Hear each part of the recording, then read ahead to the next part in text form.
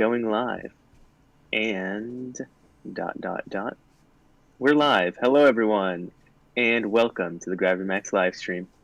So today we have a lot of different guests, all of our friends who have been on before, and they are all experts on a particular card game. So does everyone want to introduce themselves to refresh the audience? Go first. Sure. All right. I'm Zach. Thanks for having me as always. Excited for this episode about magic. Yeah. That's pretty Thanks much for it. coming. Yeah, I'm Pluto. I've been here before. I talked about the Lord of the Rings quite a bit. Yep. Thanks for coming. Hi, I'm Camilla. I've Hi. been here a lot. I've talked about a lot of things, and I'm new to this. Yep, and thank you for being here too. And then, of course, Sebastian as my co-host as always. So, yeah, thanks everyone for joining us today. And thank you for everyone who's watching today. So, let's just get started with the plugs. All right, visit the Gravity Max website at gravitymaxmedia.com. Also, follow us on social media, Instagram, Twitter, Facebook, and Patreon. Links in the description. Also, follow Sebastian on social media. 128 seconds on Instagram and YouTube. He makes short educational videos that are the counterparts to these longer live streams. So check that out. Links in the description below. And then finally, a somewhat odd start is the third sci-fi book that I've written. It's the third in a trilogy. And if you enjoy science fiction, you should go check that out on Amazon. Links in the description to everything I just mentioned. So let's begin. Magic the Gathering.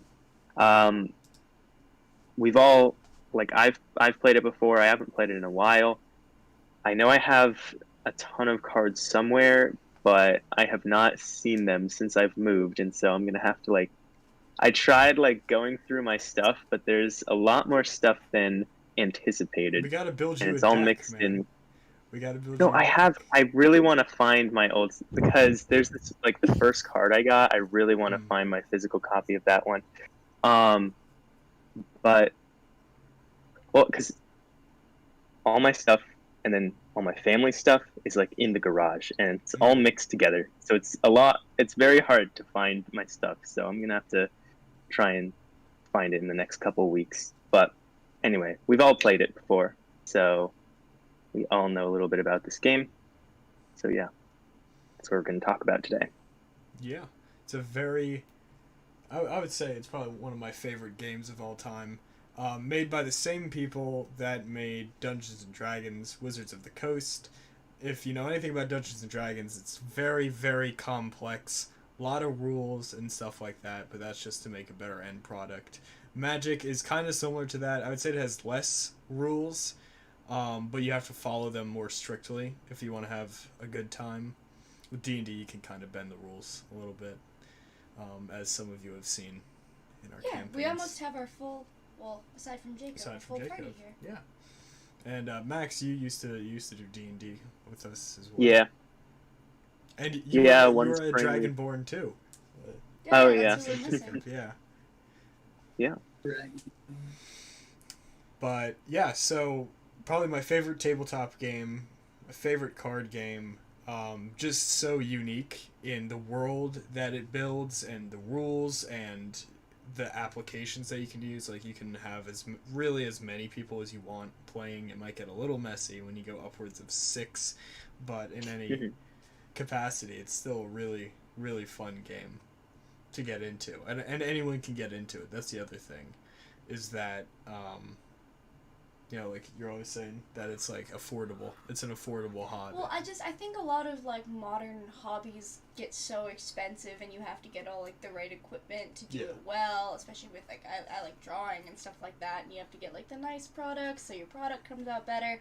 But I like Magic the Gathering because, like, cards are like 5 cents. You can get really good, like, cards for, like, 5 cents. It's nice that it's, like, so accessible. I don't know. Yeah. You do have to look in the right Really, places, though, because sometimes you can get a good card for 5 cents, and sometimes you can get a really bad card for, like, $50. This is true. So, Yeah, but, like, you gotta at be the same careful. time, you can still, like, a deck made from like $10 tops can still like Yeah. be formidable against a deck that's like $50, and I think that's Yeah. cool. Yeah, that is really cool. I like Magic a lot because it's kind of all about resources. Mm-hmm. Even from the onset of like when you set out to build your deck, you only have a certain number of cards you can choose. You have to select each one for a purpose. There's actually a lot of creativity involved in that. But when you're playing the game as well, it's all about how you manage your resources, like your mana, which we'll get into later. Yeah. So yeah, that's just like all the, classic games of antiquity, right? Like if you think of chess, even, right? Like it has some of the similar aspects of like resource management, strategy, and that's like I think very good for the mind, like as just like exercising the mind. So yeah, it's a fun way to do it. So it's a fun game. Yeah. I think we can hop right into it. All right. So, just a very brief history of what the game is, like physically what the game is. I'm not talking about lore or any of that stuff. In 2 years, Magic will be celebrating its 30th anniversary. They started in 1993 with their alpha set, with their limited alpha sets. Then they would soon come out with beta, and then the rest of all of the other sets spread out until present day. They're still releasing sets. The next one is an Innistrad expansion called Midnight Hunt, and it's looking pretty good. I'll talk about that later. But the game has evolved. There are also comics that are associated with it, and those are the main source of lore, other than the cards themselves, which is kind of what puts Magic in a different category than a lot of other games by the way it expresses what the lore is. Because as was the experience for a lot of people, whether you like grew up with it in the 90s or you just found it somewhere in the 2010s, which is what I did, we didn't really go to like the internet to look up all the lore and stuff. Either we didn't care enough, or you were doing it in a sleepaway camp where you don't have any phones and you're in the middle of nowhere, Massachusetts, which is what I was doing. So we couldn't look anything up, so all we had to go on was the cards themselves, and that's kind of what Wizards of the Coast intended for, was to leave little fragments of lore in these different cards that you play with. And again, we'll get into how you actually play with these cards, but I just think that in and of itself is such a very unique idea, and it makes it stand out because you remember something a whole lot more. You remember like a story element or what like the crux of the plot was a whole lot more if you yourself put it together. And I think that's just really smart by both Wizards of the Coast, and it's just very entertaining as well. Especially because they're not set up like the back of the card will say like something that happened. They're set up sometimes it's quotes, sometimes like the art on the card, sometimes the name of the card, different characters that reoccur. Like it really is set up like you're finding little artifacts of history. So it's like it really is like you're putting it together. It's not just they're telling you things that happened. It's sort of like the iceberg like concept of storytelling just pushed to the extreme, where in like storytelling and world building, they say it's sort of like an iceberg in that like 90% of the work that you put into like the history of a world, the fictional events and all that sort of thing isn't going to be like explicitly expressed, right? And only like 10% of it's going to be explicitly expressed. But having the other 90% there under the surface makes the story so much richer. So this is like an extreme version of that, and that's pretty interesting that they can convey a story like that. Yeah, 100%. And boy, oh boy, what a story it is. Like, they knew they couldn't just rely on strictly the cards, which is why they have the lore books. Camilla and I, for a while, and we still are, we were going through the lore of it, kind of just shotgunning through all of it, and it's insane. It's a lot. We'll talk about the lore a little later, and by that I mean just 2 select story arcs, because boy oh boy, there's a lot. But it's a very rich story, and the cards just, complement that so much more. But without further ado, we can head on to the next thing, which is the rules of Magic the Gathering. So, how do you actually play Magic the Gathering? To start, you gotta kind of know what are the tools you're working with. They're cards. It's a card game. So, basically, the basics of it is that there are different kinds of cards, which I'll get into on the next slide, and you can do different things with different kinds of cards. I looked at the rulebook, like the actual rulebook for Magic the Gathering, and it looks like the Constitution. There's like different amendments to each rule. They have little like dev notes and stuff like that. They got John Hancock. My favorite aspect of the Constitution is the developer notes. Yeah, that's what it is. Developer notes. You didn't see the version where Tom Jefferson was writing in like his thoughts and comments. Tom. Oh, you want a nickname basis? Yeah. We go way. They know each other well. Way back, He's dude. problematic. Abraham Lincoln writes in the margin, "Patch slavery." In any case, my boy Tommy J. Tommy. I would say the Constitution is probably easier to read and understand than the Magic rulebook, actually. Probably. In any case, yeah, let's just get into what the different card types are. So I just picked abstract examples for all of these, so don't look into like what the actual card is too much. Just look at the type, and you can tell the type of a card because it says it. In the middle, like if you look at the far left, you have this is a land card. In the center there, on that little ridge, it says basic land - plains. That's how you know it is a plains, which is a basic land. So the first card type that we have is a land, and that is basically, you can think of it as the currency for the entire game, but it's a renewable currency. Each card, besides lands, has a cost, and you can see that in the top right. For example, if you look at the one in from the right, the Light of Promise, in the top right, you can see that it says 2 and a funky little symbol. That funky little symbol is the same symbol as is on the bottom of the plains. It's that sun. It's just squashed. It's just squished. You'd be able to see it better because it would be in your hands, and you would have... Unless you're my mom, who's so blind yes. that I have to blow up copies of cards for her so she can read the text. But yeah, so what that cost means is that that gray number means that you can have any type of lands. There are 5 types of lands, and we'll get into that later. So you can have any 2 of those types of lands, doesn't matter the color, but you need at least 1 plains in there. It's pretty intuitive, you get it after a while. The best way to learn Magic is to play it, so I would highly recommend everyone listening to just play it. The second card type that we have is a creature, and these are the main, these are what attack and what block. Spells can attack, they can do damage, but creatures are the ones that will, hop out onto the battlefield and attack your opponent or defend you from incoming attacks. All combat is dealt with creatures.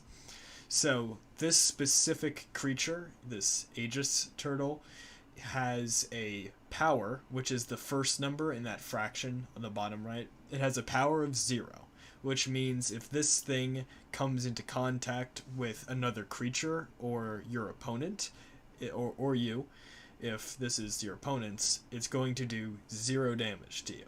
So they will probably not use this creature to attack. However, its toughness is 5. Which means that it can take up to 5 points of damage before it dies. It's essentially attack and health. Exactly. So funky little names. Just funky little names.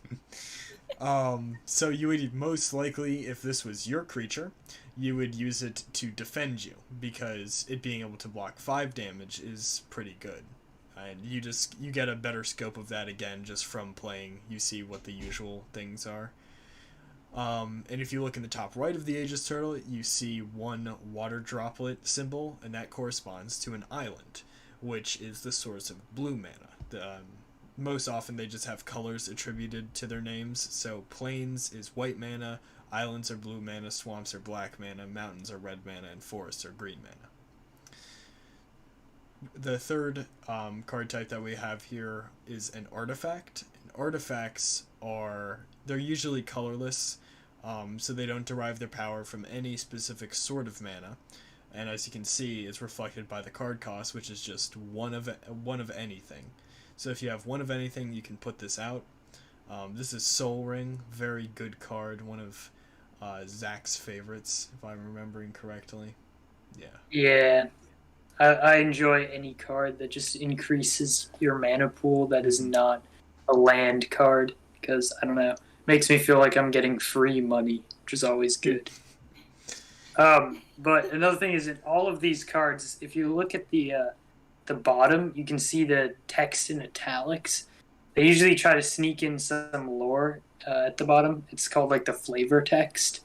So sometimes they're poetic, sometimes it's like a quote of someone talking about the card. Oh yeah, there is one. I have a card where the quote is just an excerpt from the Quran.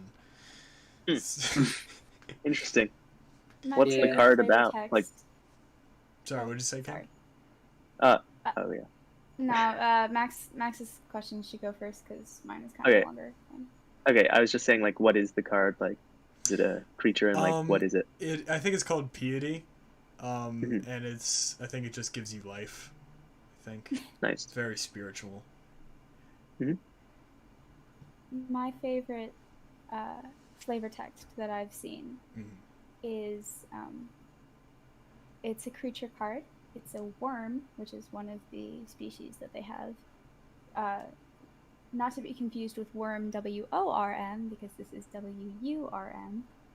But it's basically just like a bestiary type entry of what this specific worm is.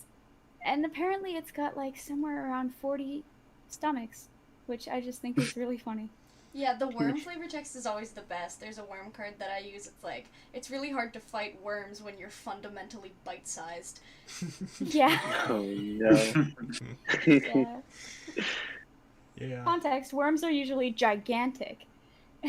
Wingless dragons, are they not? They are wingless dragons. And again, that's similar. I bet if we looked at all the worm cards that were printed, there would be at least a couple that would tie into the lore, and you can see how it like spirals here, because you would find a flavor text that's like, this worm used to be a dragon, or it used to have wings, and you'd be like, oh, worms used to be dragons, and then you look and you're like, oh wait, there was a war between the elder dragons and only 7 of them survived and all the rest lost their wings and turned into worms. Who is that war waged by? Nicole Bolas, who's this entire story arc. It spirals, you know, like all of that. It's so much.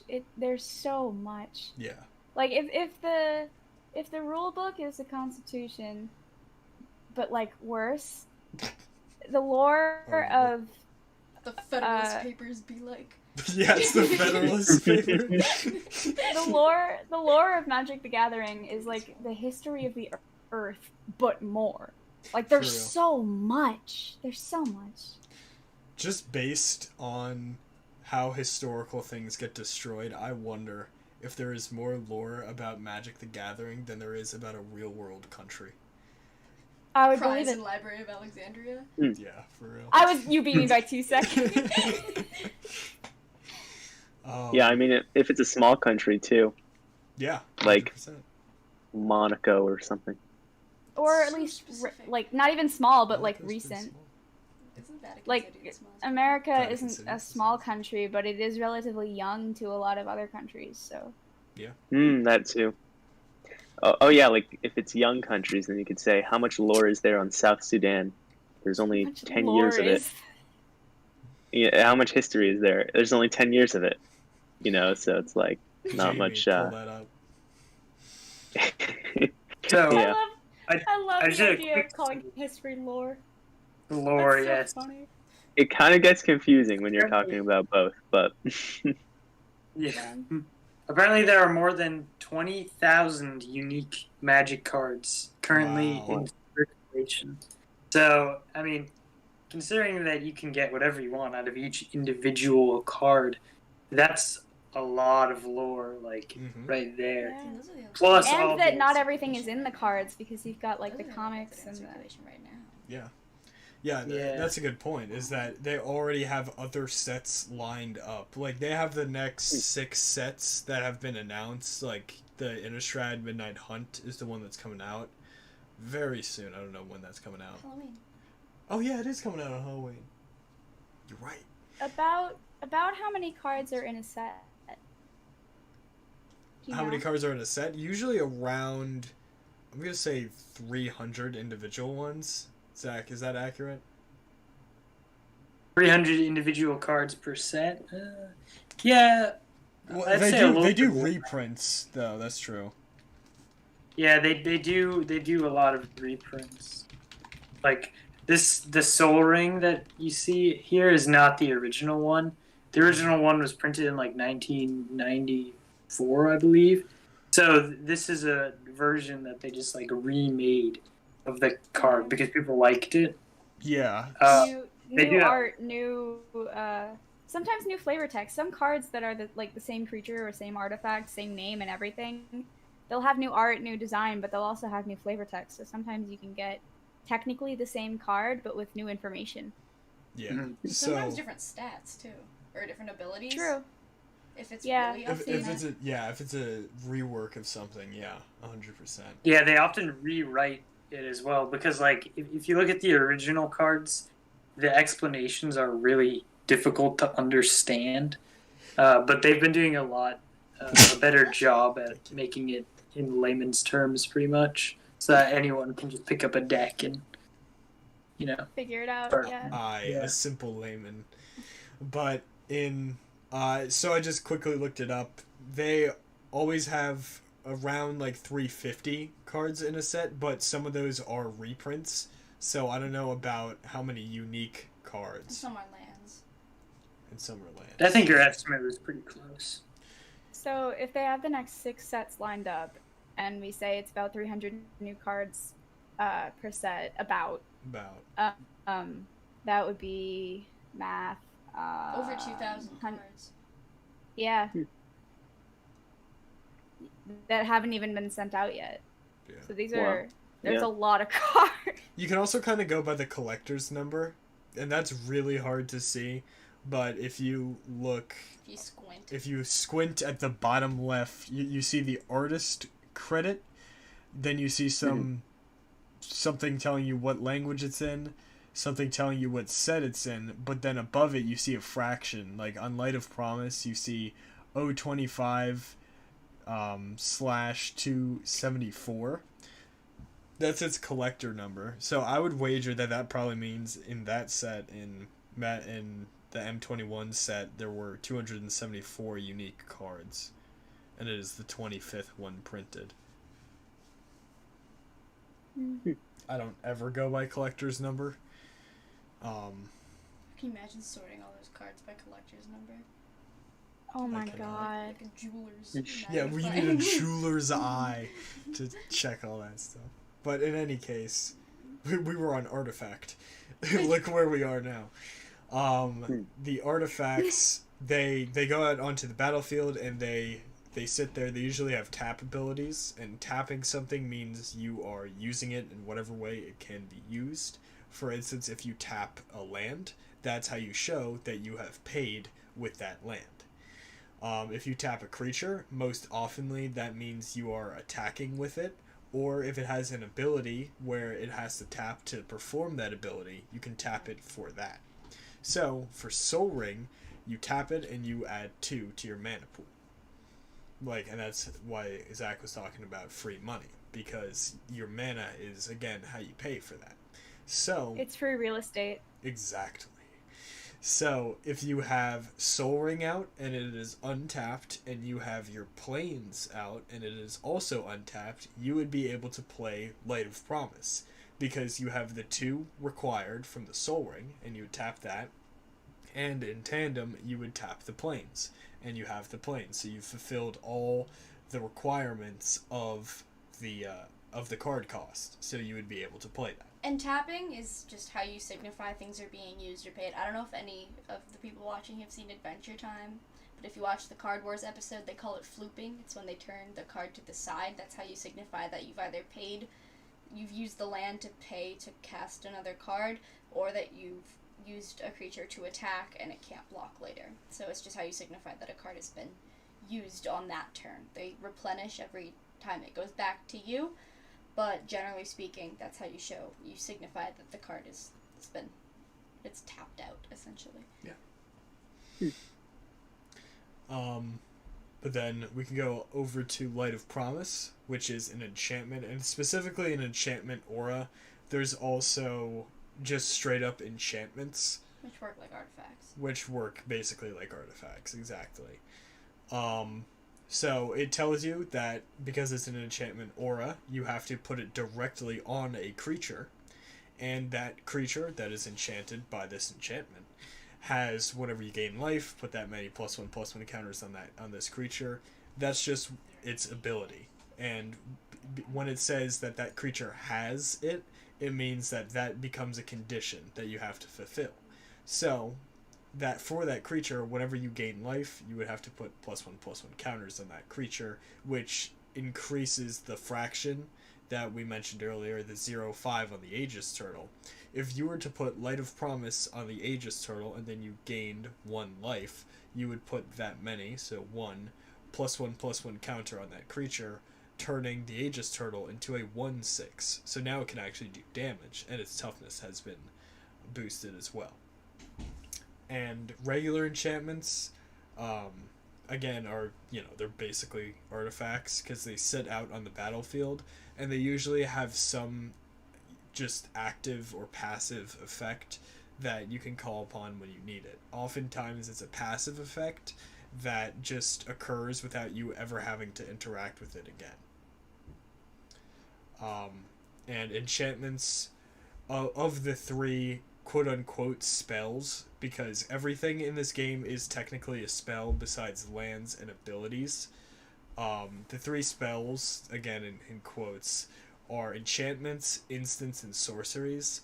Of those, enchantments are the only ones that are permanents. If you look at the title, it says that these are the permanent card types. Oftentimes, a card's text will refer to, like, say, destroy permanent, That is any of these types. They're called permanents because they are out on the battlefield permanently until they are removed from it. So, instants and sorceries, which we'll get onto in the next slide, because they're the only non-permanents in the game, they come out into the battlefield as you are casting them, and then when you're done casting them, they're gone. So, they are hence non-permanent. All of these will stay out onto the battlefield after you've played them. And that takes us to the 5th kind of permanent card type, which is a Planeswalker. So this is Liliana Vest, the poster girl for black mana and for black magic. Planeswalkers operate in a very different manner than a lot of things, but they become really simple once you get the hang of them. Like any other, or like most other cards, they have their cost in the top right. So Liliana would require 3 of any mana, and then 2 swamps. So if you had your Plains and your Soul Ring out, you could tap both of those, and that fulfills the 3. But you would still need 2 more swamps to fulfill the 2 swamp requirement. So say you had 2 extra swamps with your Plains and your Soul Ring, you could play Liliana. And she has all of those funky numbers on the left. Typically, Planeswalkers have 3 abilities. Sometimes they have 1, or sometimes they have 4. what that does, what each of those abilities do, is you have a number on the left, and that will either increase or decrease their loyalty counter, which is the number in the bottom right. So Liliana starts off as a 5, and you can use her abilities as soon as she comes out, but you can only use one per turn. So say you wanted to use her first ability, and you want someone to discard a card, you would do that, you would announce that you're doing that, and Liliana's loyalty counter would go up by 1. So she would then be at 6. Unless you wanted to use her -2 ability, and you wanted to search your library for a card, and do all of that business, then she would go down to a 3. The loyalty counter effectively acts as her, like, health. As her health, exactly. Because you can attack her directly. Because you can attack her directly. With creatures, your creatures cannot attack other creatures directly, which is often what people have the hardest time understanding when they're new to the game. Creatures can only attack players and planeswalkers. So, if Liliana's loyalty counter was at 3, she can take up to 3 damage before she dies. But she doesn't regenerate like creatures do, and we'll talk about when they regenerate. Instead, that loyalty counter is permanently down there until you use her abilities to bring her back up. So, say... And you can only use her ability once per turn. So yes.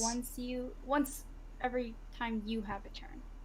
So once you put Liliana out onto the battlefield, you can pick one of her abilities to use that you can use. And by can use, I mean she starts at 5. Her loyalty counters are 5. The bottom ability that she has is losing 8 loyalty counters, and you can't use that until she has at least 8. Yeah. Because you can't really go into negative loyalty counters. And once she hits 0, she's out. So if you use her -8 when she's at 8, she's done. Yeah. I forgot where I was going with that. Oh, but you can only use one of her abilities once during your turn. So if you had used her adding 1 loyalty counter once she was out onto the battlefield, you wouldn't be able to do anything else with her until it was your turn again. Right. Yeah. So that's basically planeswalkers. Again, creatures can attack them directly to do damage to them.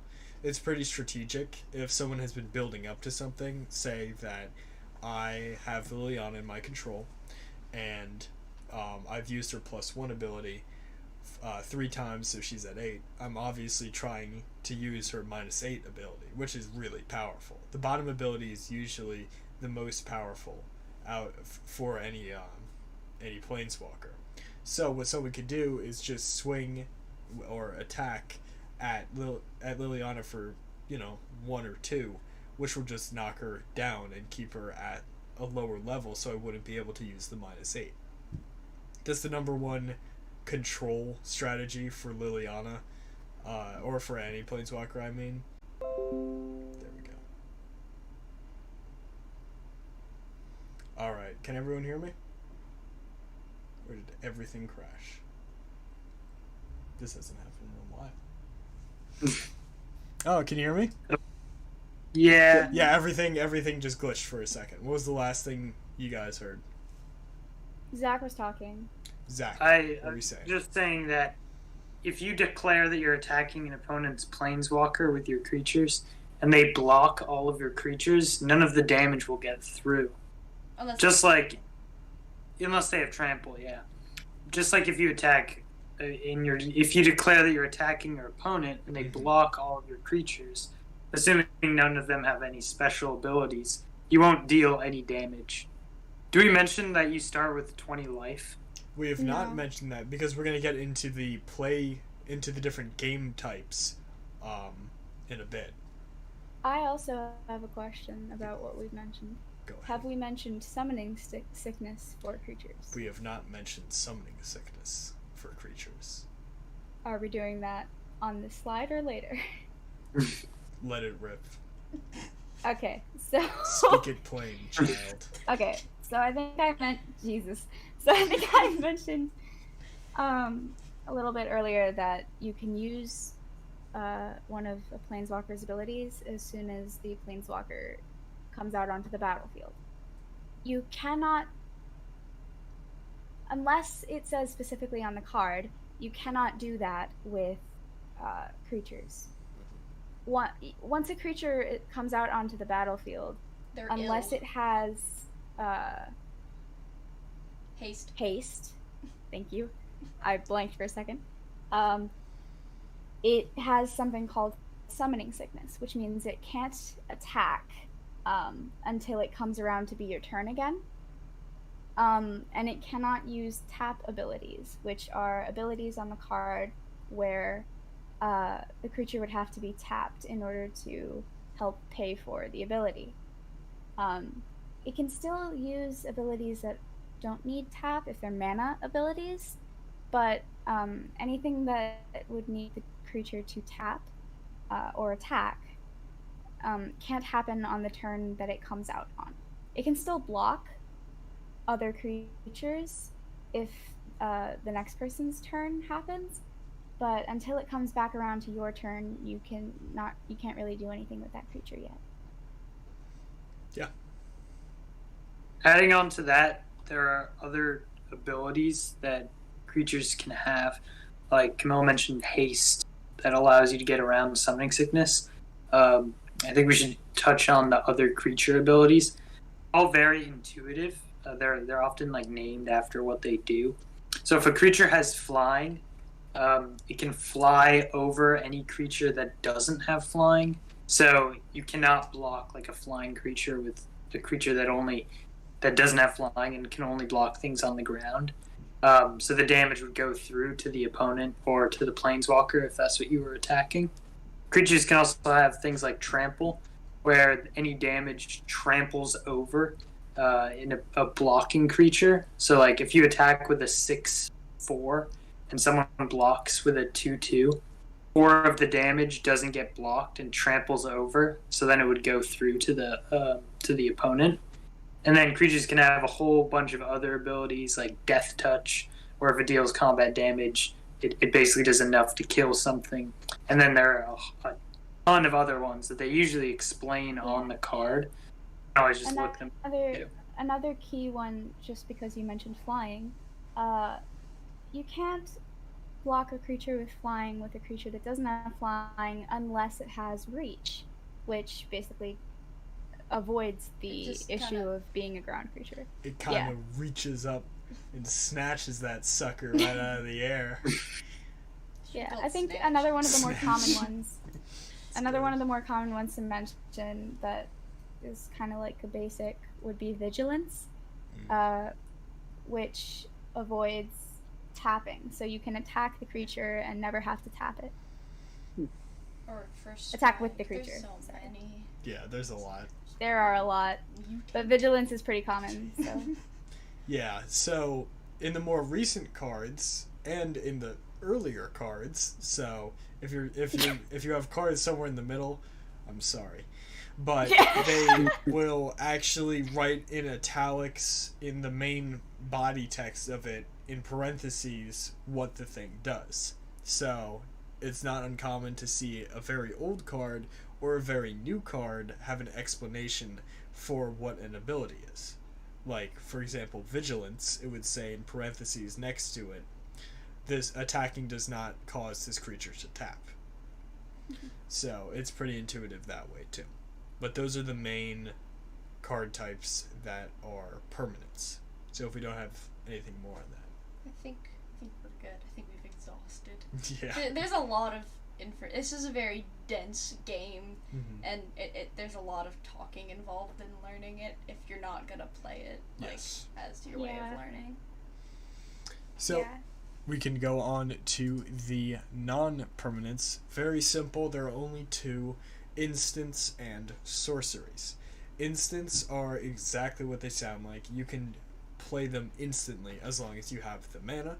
So for Titanic Growth, if we look in the top right at the mana cost, you would need one of any color, but you would need a forest, which is the source of green mana. So what this thing does is you can play this instantly in the middle of anything you're doing. Target creature gets +4/+4 until end of turn. So what this basically does is, like the name suggests, it supersizes one of your creatures, and it can do it really, really fast. So you can begin to see the strategy here. Either if an opponent is attacking you because your creature seems very weak, you could play this to beef up your creature until the end of turn so that you can deal with the oncoming threat. Or if you're attacking, you can play this so your creature does more damage than your opponent actually anticipated. You explained it to me like a sneak attack. It's like a sneak attack, exactly. That's not how I played for a very long time. Yeah. You can play it even after you've already declared like who is blocking the creature. Like it's during the combat phase. You don't have to play it before you attack. You can attack, wait and see what they do, and then play it because it's like so instant that it just takes priority.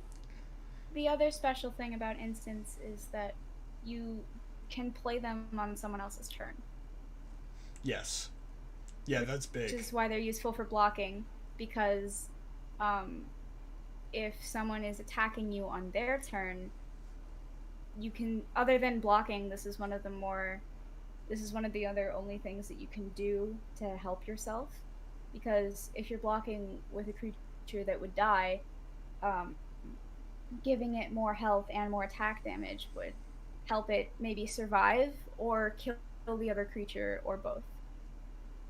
Yeah. Yeah, it's very important that you can play it on someone else's turn. So as long as you have the mana cost, you can pretty much always play it.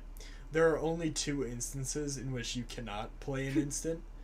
Well, 3 if you count the logical thing of you can't play it like after the fact of something has happened. Like if your creature got stampeded and it is now dead, you cannot suddenly give it +4/+4 to bring it back from the dead. But excluding that, we'll get into the phases, and the very first step of the very first phase, you can't play instants or abilities. Again, creature abilities are just abilities listed on the creature. Usually they'll have you tap the creature or pay mana or both, and that will do something. You can do that at quote-unquote instant speed, which means you can play it anytime you could play an instant. So other person's turn, your main step, your main phase, your combat phase, doesn't matter. But the very first step of the very first phase, you can't play instants or abilities, and the very last step of the very last phase, you cannot play instants or abilities. But any other time, as long as you're not doing anything else, or as long as you're not in the first or the last, you can pretty much play it. There's another exception. What's that? Hexproof. Hexproof, yeah, when you can't... Hexproof is a creature ability primarily. You can actually give a player hexproof through some cards.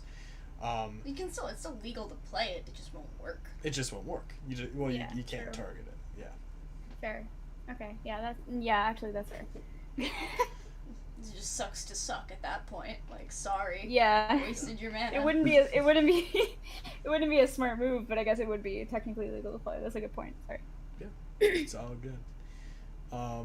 Then we get to sorceries. And sorceries are typically what you think of when you think of magic.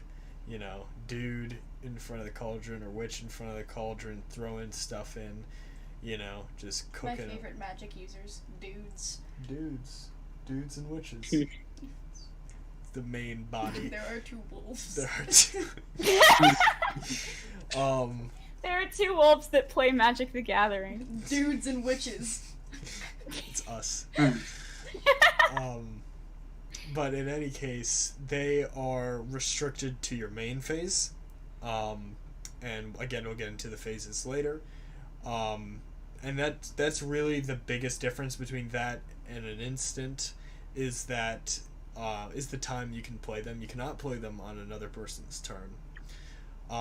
Typically, they are more powerful than instants, as in they have, I guess, further capabilities, like they're more wide-reaching. For example, the Titanic Growth only targets a single creature. Damnation destroys all creatures. So, sorceries... The ultimate sucks to suck. The ultimate sucks to suck, yes. There's a lot of cards where if you see them, you can just be like, that is the ultimate sucks to suck. And then you'll see another one that'll be like, oh, that's worse. If you want to talk about the ultimate sucks to suck, it's called Blood Moon, and that turns all non-basic lands into mountains, ignoring their previous types. So, if you're playing up against a person like that has non-basic lands, which means that they are not a plains, a island, a swamp, a mountain, or a forest, then wham, they're all mountains. So they can't play Jack. But that's basically the difference between an instant and a sorcery, and these are non-permanent. So if your card said destroy permanent, not these guys. Well, they're not going to be out anyway. They don't won't be stay. out. Yeah, exactly. Because as soon as you use them, they go right into your graveyard. Your graveyard acts as your discard pile, where spells go after they're cast, and where creatures go. The dumpster. The dumpster, yes. It is the dumpster. It's a trash can. It's a trash can. Yeah. And where creatures go after they die. So, yeah, exactly. They just come in, do their thing, and they immediately go to your graveyard. Sometimes we keep them out just as a reminder of things, but that's just because of the sheer number of persons with ADD in our within the people we play with. Yeah. Yes. In any case, those are the card types. There are like little niche ones that are like combinations of two of them. For example, enchantment creatures. There are also tribal sorceries. There are also artifact creatures. Artifact equipments as well. Artifact equipments, yeah. Vehicles, yeah, a lot of stuff. Vehicles. The goats. Goat vehicles. But in any case, those are the main card types that you'll be dealing with. And yeah. Are we going to talk about non-basic lands? They are not included, but if you want to talk about them, feel free. I think just mention that sometimes lands can have abilities, and sometimes there are dual-colored lands, which are basically lands that can either give you one color or another color. So, oh god, what's the Scoured Barrens. Yeah, that Scoured Barrens is black and white, I think. It is black and white, and it gives you a life when it comes in, which is and it gives you life when it comes into the battlefield. But does Scoured Barrens enter the battlefield tapped? I forget. Pardon? A lot of dual-colored lands enter the battlefield tapped, so you can't use them to pay. For like on the turn that they come out on. I don't remember if Scoured Barrens does. Yeah. Right? Yeah. So I think that's all I would want to talk about with dual colors. Yeah, they're fancy. They're also not required. And let me throw in a quick. Yeah, they're not required. A beginning magic tip: try to make a deck with 5 colors. If you've just started playing, it would not be a good idea. You want to make things simple when you first start playing, because it can be really annoying if your mana doesn't line up with the cards you have in your hand. Like if you only have plains, but all of the cards in your hand require swamps, you're basically going to feel like you can't play the game, and that is a rather unfortunate feeling. Also, yeah. Some colors will have more of one ability than others. So a lot of black as a color tends to have a lot more death touch than other colors, for example. So if you try to use all 5 colors in one deck for your first deck, you're gonna get whiplash from all the things you have to pay attention to. Starting with 1 or 2 colors max would probably not you. maximum, would probably be easiest to deal with, to kind of like slide into figuring out the game, Yeah, and then bottom you can line is up if you it want to play later. with 5 colors, don't. Well, and if you another big tip that I wish I knew when I got into the game years ago was, if you notice that any of your cards require blue mana or are blue, you should probably throw them in the trash, because blue is Can confirm. And I Wow. have a blue deck, or blue and white. You do. It's a good deck. It is a It good just deck. makes me sad. Blue is a good color, I will say. Can be a little irritating to go up against. Zach, I'm about is to the make a blue master deck blue. that Sebastian's gonna hate. Yes, and Cam is now hopping on the train to make me as uncomfortable as possible, which is awesome. But Yeah, when we get to the colors, we will explain why blue would be a nightmare for any Magic player. yeah. Yeah. The boxes around us are representative of the colors of Magic, the 5 colors. Max is here, up here, as plains, as the white mana. Zach is over there as blue mana, which comes from islands. We together are swamps and mountains, although we should be on. Yeah, we We should swap. main opposite of where we are. Um, Sebastian plays every deck like a red deck, if no you matter play the every color. deck like a red deck, you will win. No. This is true. No. No. You How cannot. many times have I kicked your ass? You cannot die. You cannot be killed if your opponent is dead. Mhm. Is a statement that is false. Moving on. And Camilla is green. Just womp. Yeah, just womp. Because Camilla likes to use really, really big creatures like worms with 40 goddamn stomachs to throw at her friends. I have the worm deck. You do have the worm deck, that's true. You do have the worm deck, but I have the one that's lovingly called Big Ass Motherfucker. Yes. Is that what BAMP stands for? That is what. I thought it was just an onomatopoeia. No. I thought No. that was the It's sound, the sound that No. happened when you got whomped. That's the sound of BAMP you. was just No. the noise. Every time No, but Camilla that's funny. beats you with the deck, she just whispers under her breath, "Bam." Yeah, I thought. I No, but that's genuinely funny, I like thought that. That's what it was called. No, I like- I just thought you were like, that's the noise it makes when I beat the living crap out of you. I like that, but no, it's not. That's not what it means. Oh man. In any case, Moving on. All right, is it phase order it time? is phase order time. So I've made handy dandy diagrams for all y'all to explain phase order, and I learned some things actually. I did learn some things going through these, specifically in the beginning phase, because You learned that we're bad. yes, I learned that I maybe have not been following the Constitution as closely as I should. Libertarian. Uh-oh. Searching without a warrant again? Tax evader. Yes.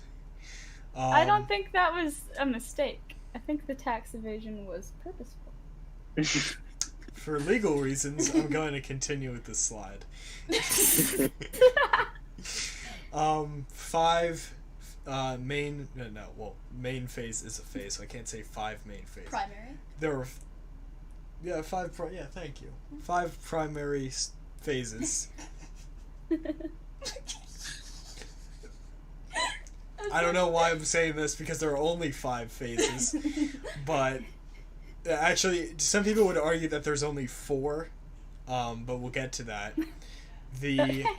There's the beginning phase, the first main phase, the combat phase, the second main phase, and the ending phase. Some people argue that there's only one main phase, and the combat phase actually just happens in the middle of it.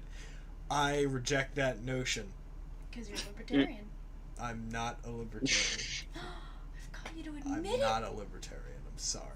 On stream too. This is recorded. This is recorded. I have no The gods. affiliation with the Libertarian Party of Thank America. the gods. In any case, I included an arrow for Wow. time. Mm-hmm. The arrow of time. To show that the arrow of time waddles ever forward. Yes. What? Well, I mean, I watched It's I watched a penguin. minute Earth video Mhm. that was about how, like, in different parts of the world, they represent timelines in, like, different directions. So that is actually helpful, for, like, it's basically just depending on however way the language that you're using writes in. Oh, So that if it's makes like- sense. Yeah. So if it's Hebrew or Arabic, then it goes the opposite way as it does in English. It goes right to left, and then in, like, Mandarin, it goes up to down. So Up to down. it's interesting. Nice. Yeah. Just goes down. So if you read Yeah, left down. to right, I'm sorry. I did not include another arrow facing the other way. But Hmm. that might have been more confusing. Exclusionist ass. I am. I'm sorry. This is supposed to be a game that everyone can play. Are you Oh. trying to exclude certain parties? Well, that actually plays very well into what I'm going to say next because it distracts everyone. So let's go into A the beginning segue. phase. A segue and a subject change, genius. I know. It's what I do. We go to the beginning phase. Beginning phase. There are 3 steps. It does not need an adjective. And I like to call it the 3 U's: untap, upkeep, and draw. For the untap phase, Okay. it's the first step. You tried so hard. I saw Camilla sit back to process. You saw like a little buffering, like, loading circle. Like she had to cope with the sheer stupidity of what I I'm have aware to that say. it is. I'm aware that We it's all like do. 6 p.m., but it's too early for this. I think you had to untap before you could process. The worst joke I've ever heard. Untap is the first step of the first phase. So basically, this is where, say, a turn had already happened. You attacked with some creatures. You tap some artifacts. The whole shebang.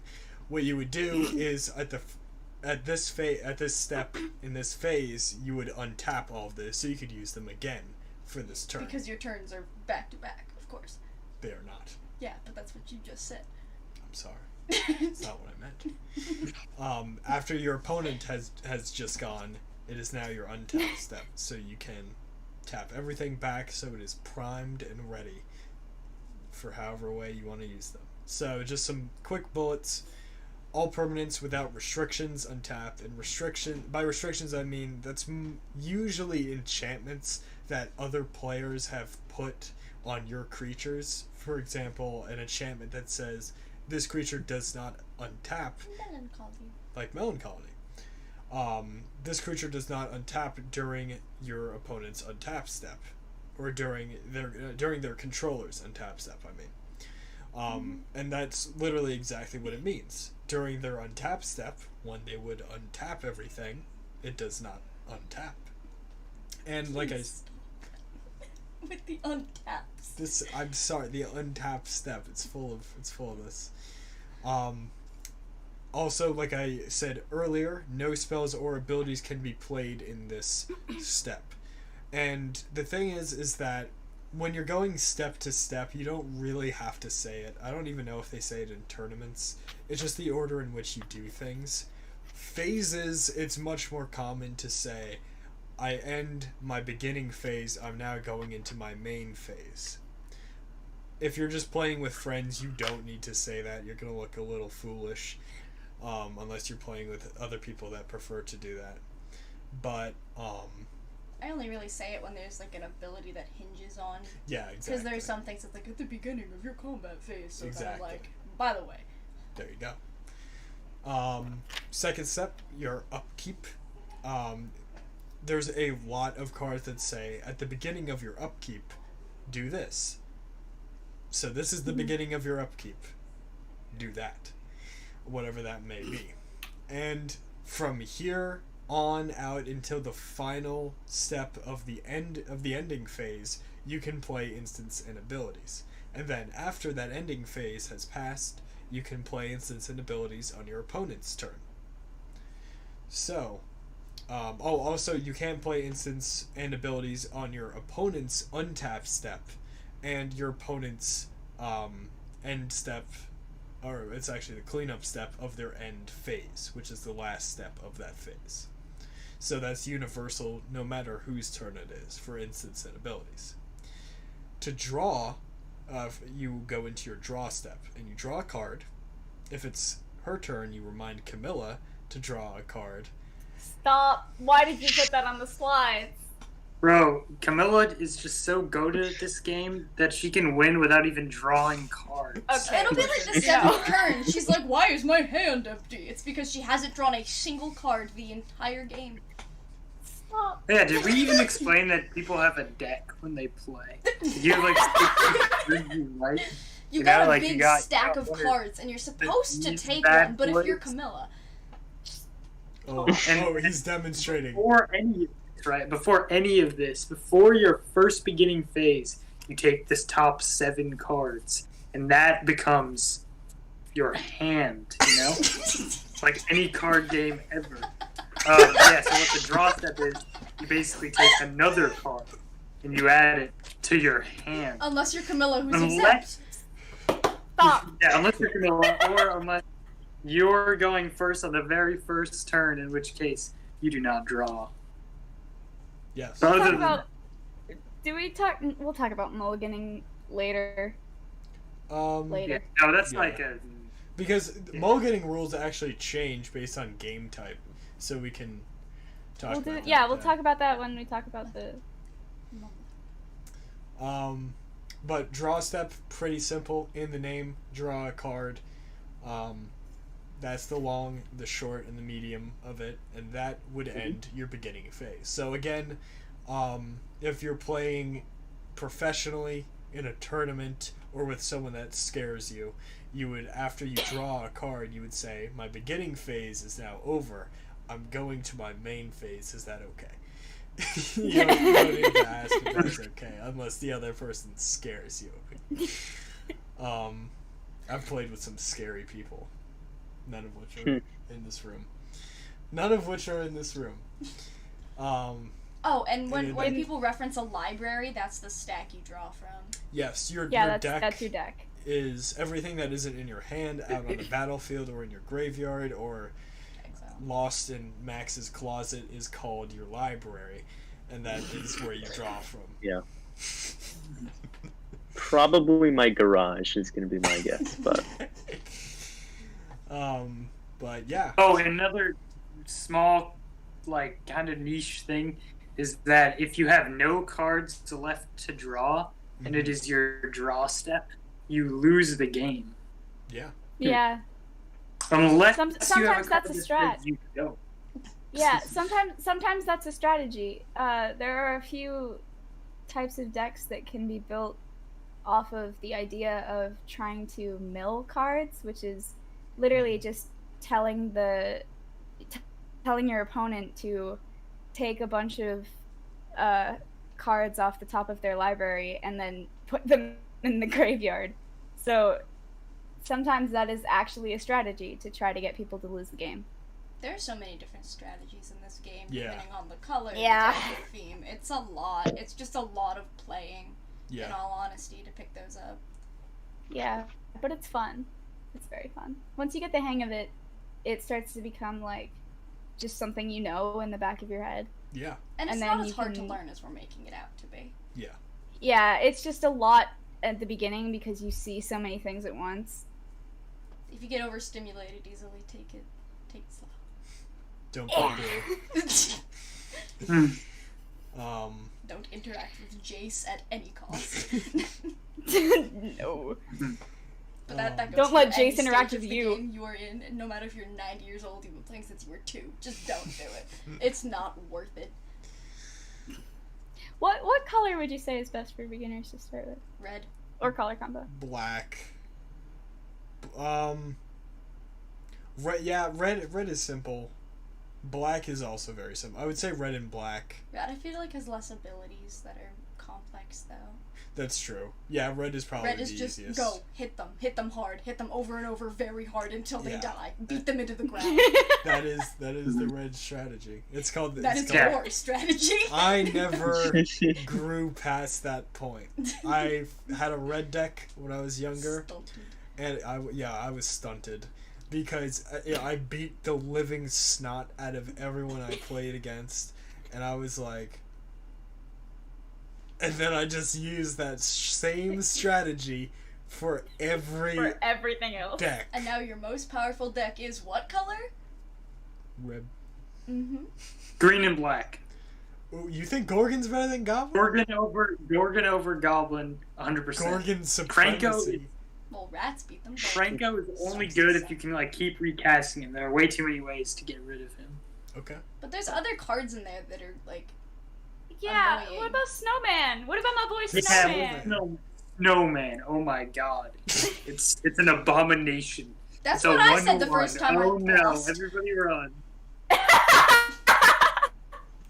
Honestly, It's I the think abominable the reason the red deck might be the simplest for new players is that it just aligns with the natural human instinct, which is to beat something, just kill it.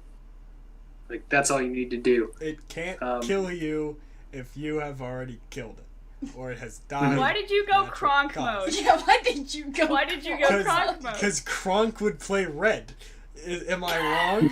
Kronk would play white. No, you're right. Kronk would not understand Magic the Gathering. No, but he would still gravitate towards white. He's so pure of heart. He would play white. No, listen. His angel and devil would have his angel and devil would have like colors. Oh yeah, because he's got the white and the red. Yeah. I like it. Angel demon combo deck? Question mark. Oh. The Kronk deck. Oh. Kronk deck. We need to make Kronk. I'm writing that down. First there was Kranko, now there's Kronko. That's so tough. In any case, How many times I'm are we gonna say that writing- this episode just to get us? I'm literally I'm writing going to Kronko deck railroad down. this episode. I'm sorry. I We're already would- like an hour. I would now like to end my beginning phase and go on to my first main phase, which is actually the simplest phase out of all of them, because you can do whatever you want as long as you have the mana required and as long as it's sanctioned by the Geneva Convention. You can play every card type in the game during your main phase. You can use all of your abilities. Again, you can use abilities at instant speed. And this is your first main phase is where you mainly strategize. It's when you look at the field, the battlefield, which is where you put things out into. It's just the table. It's just the table. You size up your opponent. You look at their deck. At this point, if you're already in a couple of rounds, you can see what colors they're using, and you can strategize based on that. You look at your hand. You look at what's already died, what's been working, what hasn't been working, and you act accordingly. You have the most freedom in your main phase than any other phase.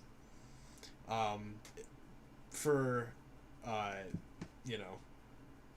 brass tacks, it's called the pre-combat main phase, and then after combat has happened, it's called the post-combat main phase. So that's What's basically that phase the in the main middle there? phase. It's combat phase.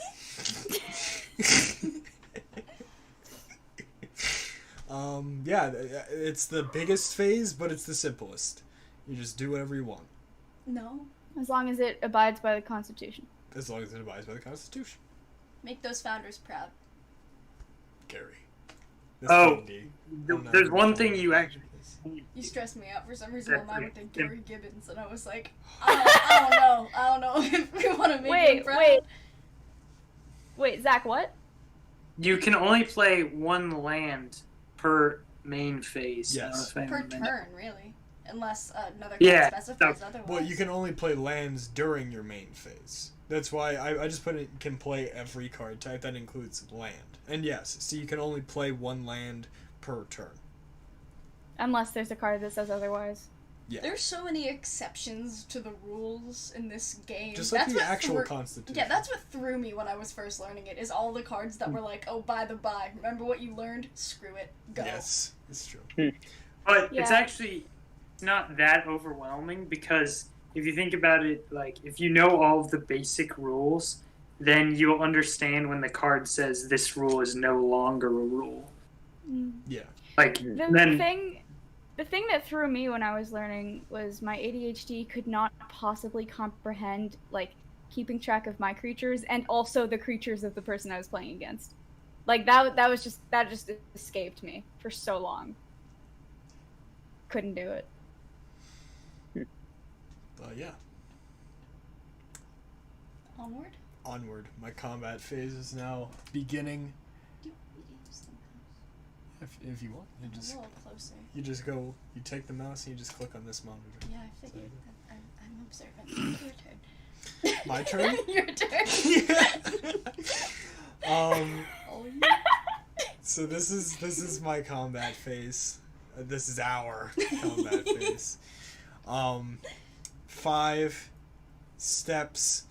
The beginning of your combat phase. Anything that says this is you do this at the beginning of combat, it takes effect, and only instants and abilities are permitted through the combat phase until the combat phase ends. Flash. Unless it has flash. Flash allows you to play creatures. Or spells. Some spells. There have are it. some spells with flash. Allows you to play cards at instant speed. A lot of the times, it won't even say flash. I have a bunch of cards in my decks that just say, you may play this anytime you would play an instant. Exactly. That flash was pretty recent, actually, where they just condensed that into one Yeah. word. So yeah, only instance abilities or things that can go at the speed of instants are permitted through the entire combat phase. So no sorceries, you can't play a land, you can't throw an enchantment down, you can't play a creature, none of that. Then you go to declare attackers, and this is if it's your combat phase. So you select creatures, because those are the only things that can attack, and you would tap them as long as they didn't have vigilance, to signify that they are coming at your opponent. But you would also have to state that. If you're just 1v1ing someone and they don't have any planeswalkers out, you can use common sense to just tap them, because they are the only legal target. Because again, you cannot target enemy creatures. So you would say, I am swinging with... swinging is just lingo for attacking. I'm swinging with these creatures, and then usually just for generosity or just to be kind, you could tally up the total number of attack damage coming their way. So if I was swinging with a creature that had a attack power of 4 and a creature that had a power of 6, I could just total that up and say I'm swinging at you for 10, and I would just tap them, push them towards them a little bit. Just sit back like this. Sit back like this. The way I remembered what swinging meant when I was first learning was I kind of combined in my head, like, attacking, aka swinging a punch. There you go. And also tapping. Like, it literally swings to the right. Oh, nice. Whoa. The right. I forgot right. my lefts and rights. But yeah, that's how I remembered at first, because it kept forgetting. But, yeah, so you declare, it's called, again, declaring attackers, and then once that step ends, you can't be like, oh, wait, I meant to declare this guy, or, whoa, this guy's also attacking, or I didn't mean to attack with this guy. You can't do any of that. You can send them different ways. Say your opponent did have a planeswalker out. You have those same 2 creatures, power of 4, power of 6. You can say, alright, I want this creature, power of 4, to attack your planeswalker, but I want this creature, power 6, to attack you. So, also if you're playing against more than one person, you can send them towards different opponents thing is, you have to do it all at the same time in the declare attackers step. Then some things are like, some things you do things to like throw other people off, like play instance at certain times. Some things it's just like you have to do it in the right space or it's not fair. Yes. Then it's your opponent. It's up to your opponent to declare the blockers they are using. Again, blockers can only be creatures, so they will select creatures to block the incoming damage from the creatures, from your opponent's creatures.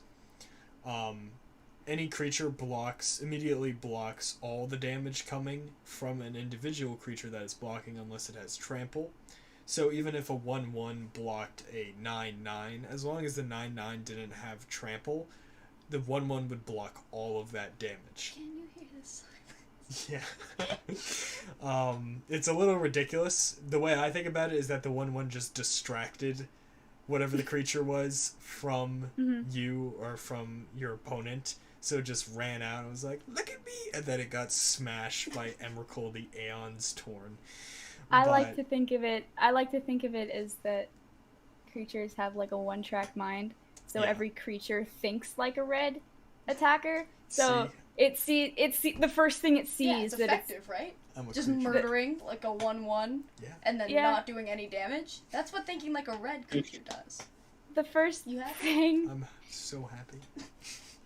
Okay. The first thing that it sees that's like blocking it, it just like zeroes in like tunnel vision onto that thing and just, you know.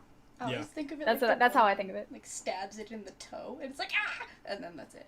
It's just distracted by like the tiny little like prick of pain and it just can't do anything else. It's just sitting on the floor crying. It's so distraught. It's like when you step on a Lego. Can I mention an important like tip for people starting out? Of course. Since we're on the topic of blockers, your life is a resource.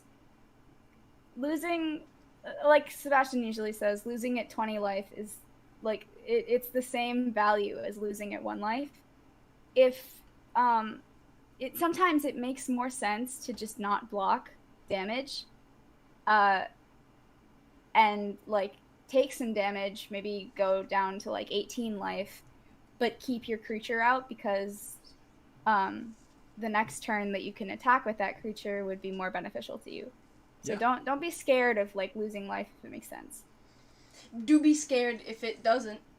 Yeah, do be scared if it doesn't because it means you lose the game. But yeah, that's partially the reason I always say that is because it's true, but also because when I was learning to play Magic in my formative years, look how I've been formed. The best deck on the planet was this deck. I forget what it's called. I forget who played it. But the best deck on the planet was this deck that required this. The entire strategy of it was to get the person using it down to 1 life, and somehow it used the fact that the player was at 1 life to win the game. I don't know if there was a specific card that said if you have 1 life you win the game. I don't know if it had one of the cards that allows you to swap life totals with your opponent. I don't know what it was, but just because upon hearing that so many times, because it was the best deck on the planet, I was like, okay, I'm gonna start playing like that, and I got significantly better at the game, which is why you always say last life is the only one that matters. The only life that matters is the last one. So that's a very good tip for anyone that is, because you don't want to have no blockers when they put out like exactly a giant beefy boy. Sometimes you gotta take a punch from a dinosaur that's charging at you for 2 damage. For 2 damage. But so those are the blockers. That's how you block. It's a shrimpy little thing. Yeah. Then the damage step. So once you've set up the attackers who's blocking, they beat the daylights out of each other. So any creature that blocked another creature, they do their combat damage to each other. And any creature that wasn't blocked does damage to its target, whether that was a planeswalker or an opponent. Again, very easy. It's just based on the power of any creature, which is the first number in the fraction. That's how much damage it does. Just subtraction. Just subtraction. Past Exactly. kindergarten, you should be okay. Yeah. Or you're me. That is Yeah. a notable exception. Yeah, Miss Calculus Honors. Yeah, come on. Get Just outta because here. I'm in the class doesn't mean I'm good at it. You got I can into do- it, didn't you? I'm in personal finance for a semester. I can do algebra. I can no longer do semester. 2 plus 5. Sass. I can talk to me about limits. I'll be fine. Talk to me about like 8 plus 7. I need like a full minute to think. Yeah, I know. It's like, just like offload that work to the calculators. Honestly. Sometimes I double check 2 plus 2. Do we ever I've say done that? Just making sure. Like, I'm so I've lost gotten on a the question test, mark but I'm on my math test. I've gotten a math test back where my teacher legitimately didn't put like a check mark or an X or even a correction. It was just a question mark. Nobody knew what I did. Last year, on every single math test I turned in first semester, I wrote apology notes on the back because I knew it was so wrong that I had to apologize to my teacher Yeah. for being so bad, and then I dropped the class. So, Sometimes you can be like good at a subject and then just have a really bad day and like do so bad on the test but that then you get every day is question a marks. bad day, and you drop the class. Or you have a Anyway. trash teacher. My math teacher last year was trash. My math teacher right now is good. If you're watching, Mr. F, props to Mr. you. Forget. Yeah. Yeah. If my last math teacher is watching right now, die of cardiac arrest. Oh no. Death Note. Dude, no, I do Okay. not. I do Old not statement. wish death on In my the math game of teacher. Magic That's the a Gathering. joke. In a Magic video game, together. in a video game, in a In video Minecraft. Death in a video game. Yeah. Yeah. In any case, the combat damage is quote unquote assigned. That just means that it's dealt. Oh, and creatures do damage at the exact same time to each other unless there's like a Yes. clause on the card. So if you had a 1-1 First strike. fighting a 1-1, even though one's blocking, they both would die because they're both doing damage to each other at the same time. Hmm. Unless there's extenuating circumstances like, Like first first strike, strike. which means one of the creatures would attack first and none of the other damage would hit them. Just now.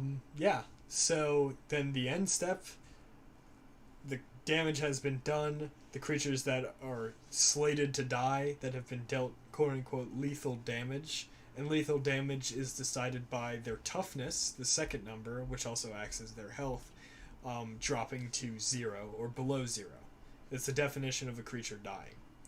So all of those creatures whose toughness is at 0 are removed from combat. All attackers are removed from combat, but not to the graveyard, and blockers are just removed from combat back to their respective places at their opponent's And their health battlefield. regenerates, yes? Their health regenerates at a later date. At the start of the next person's turn.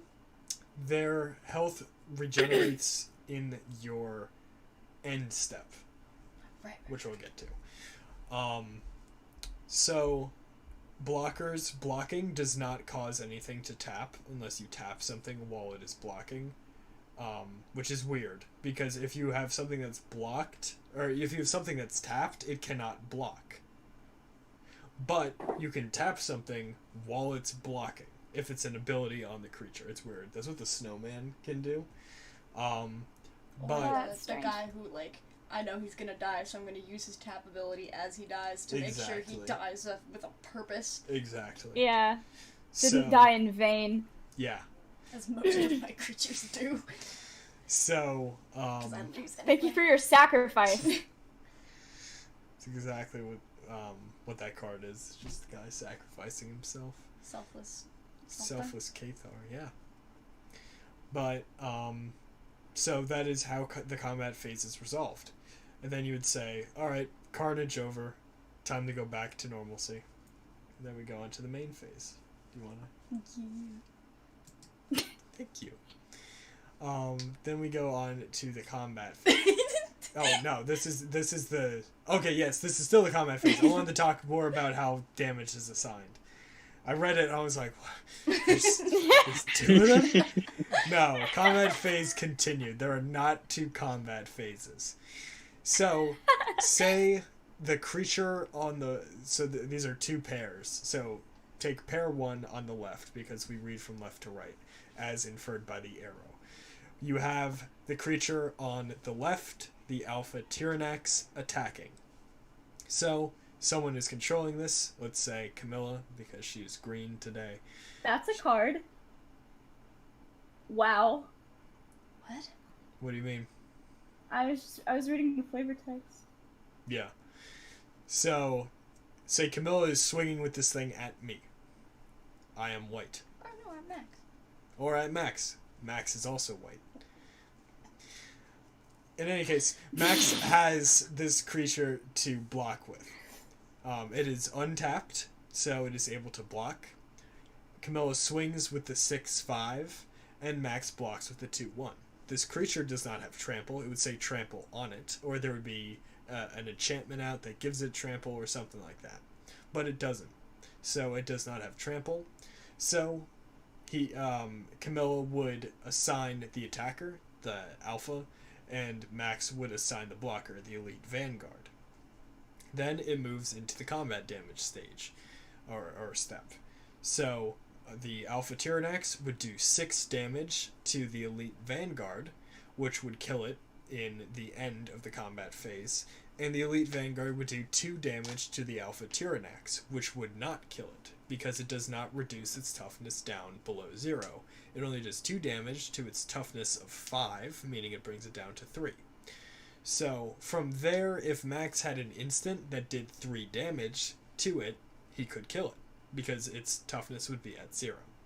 But what would happen here is, because the Alpha Tyrannax doesn't have trample, all the damage is blocked by the Elite Vanguard, but the Vanguard dies, and the Alpha Tyrannax does not. And then the Alpha Tyrannax would tap, because it does not have Vigilance. Then you take the second pair. Say Max is attacking Zach, because he is blue. Max would declare his attacker, the Warhorse, and he would tap it, push it forward, and Zach would block with the Aegis Turtle, which is just a 0/5. So the Warhorse would do 2 damage to the Aegis Turtle's toughness of 5, which would not kill it, and the Aegis Turtle would do 0 damage to the Warhorse's total of 3, which would also not kill it. So both of these creatures would survive this encounter, but the Warhorse would be tapped, because it had just attacked. The Aegis Turtle's health would remain at, or toughness would remain at 3 until the end step, which we'll get to later. Click time. Click. In this case, think about tapping it Mm-hmm. like it's tired, so Yes. it can't block anything because it's exhausted. Yeah. And then it regains its energy by the time your turn comes around again.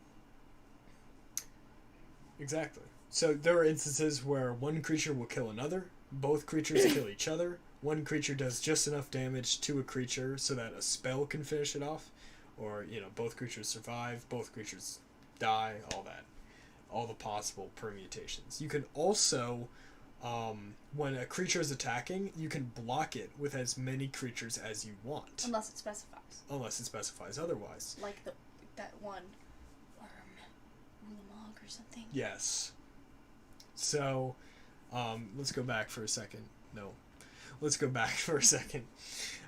Say the Tyrannax was attacking. Camilla is swinging with this nightmare, and Max is on his heels. He doesn't know what's going on. So, he has the Elite Vanguard, but let's say he also has the Warhorse. What he could do is he could block with both of those, although that wouldn't kill the Tyrannax, because combined they only do 4 damage. But let's say he did, for whatever reason. Maybe he's new. So the Tyrannax is the one that's attacking, but Max is the one that declares the blockers. So he declares, I'm blocking the Tyrannax with the Elite Vanguard and the Warhorse. Again, if you say that out loud, you're going to get bullied, unless you're in a tournament. Now it falls to Camilla, because Camilla, being the owner of the attacking creature, decides how the Tyrannax is going to deal its damage. In this case, it doesn't matter too much, but let's say that the Warhorse actually had a power of 6. What that would mean was that if Camilla wanted to kill both of them, she wouldn't be able to, because combined they would have, if the Elite Vanguard was as he is, a 2-1, and the Warhorse was a 2-6, they have a combined toughness of 7. So Camilla has to make a choice, which one of these is she going to kill. So she would order them in the order that she wants combat damage to be assigned. So if she wanted the Warhorse to be killed, she would order it first. The Tyrannax would do 6 damage to the Warhorse, and then it would cycle to the Vanguard. The Tyrannax would do 0 damage to the Vanguard because it no longer has any attack damage to assign, and the Vanguard would do 2 damage to it, just like the Warhorse did 2 damage to it previously. The Tyrannax would not die, its toughness would be at 1, and the Vanguard would not die because it was dealt 0 damage, but the Warhorse would. Basically, when you have more than one blocker, you decide which one or which ones are the biggest issue that you can get rid of in that scenario. Which is what I always forget every time. And then the creatures die, and I get sad. Onward. Do we want to talk about Menace? Menace, it kind of explains it on the card. Usually, I've seen the more like brackets for Menace than any other thing. Because it's not as self-explanatory as the rest of them. Like first strike, strikes first. Yeah. Haste. He's hasty. You can probably just look up a list of all of the creature abilities. The second main phase, identical to the first main phase. You can't play land though. Oh wait, hold up. You can play land. You told me you just said you could only play it on your first main phase. I did not. No, I said you can play it at any. Oh, in any main phase. In any main phase. You just can only play one. It should say post combat. Yeah. Do better. But it's basically just the first main phase, except you've already attacked now. Yeah. That's about it. Again, you can play every card type. You can use abilities. You can strategize. Think about what's going on. Be like, wow, I got my ass handed to me that combat phase. How about that? And then, you think on that for a while. But again, you ruminate and marinate in it. Simmer. A little boil. We're just going through cooking terms. Seasoned. So again, main phases, the easiest phases. Because you ruminate. You mull things over, stroke your chin a little bit. Exactly. Especially if you're playing blue. If you're playing blue and you stroke your chin, you know you're doing something right. Your 2 wolves confer. Oh yeah, the 2 wolves confer. Exactly. So that is your post-combat main phase, and then you would shift over to your end phase. Thank you, my love. I clicked. So then... I'm sorry for my audio for 2 seconds. There's a siren. We can't hear it. Put wax in your ears. I think there's already some in there. Gotta be honest. But they come pre-waxed. Then you get to your end phase. Lord. I'm just looking at Camilla's face. I'm okay. Let's move to the cleanup step real quick. Yeah. So, yeah, real quick, your end step, anything that says beginning of your end phase takes effect there. And the beginning of your end step actually has all the abilities of the main phase. You can play every card type still, but not when you move to your cleanup step. This is when all creatures heal from combat damage, including your opponent's creatures. You cannot play any more spells or abilities unless otherwise stated. I would urge you to send me an example of that. I've never seen something that lets you play something in your cleanup step. But what I have seen is abilities being triggered. For example, if the act of creatures healing from combat damage activates a creature ability, then it still takes precedent. And then this is where you pass the turn to the next player, and they take their phases. And I think that's all for the phase order. Nice. Go ahead. So, very quickly, briefly, I should say, we'll go into the different game types. You'll go into the different game types. Well, we can all throw our opinions on them as I present them to this panel of experts. What I really like about Magic is that there isn't just one game type. When you play with your friends, unless you are seeking to play different game types, you're going to end up playing one game type, and that's called have fun.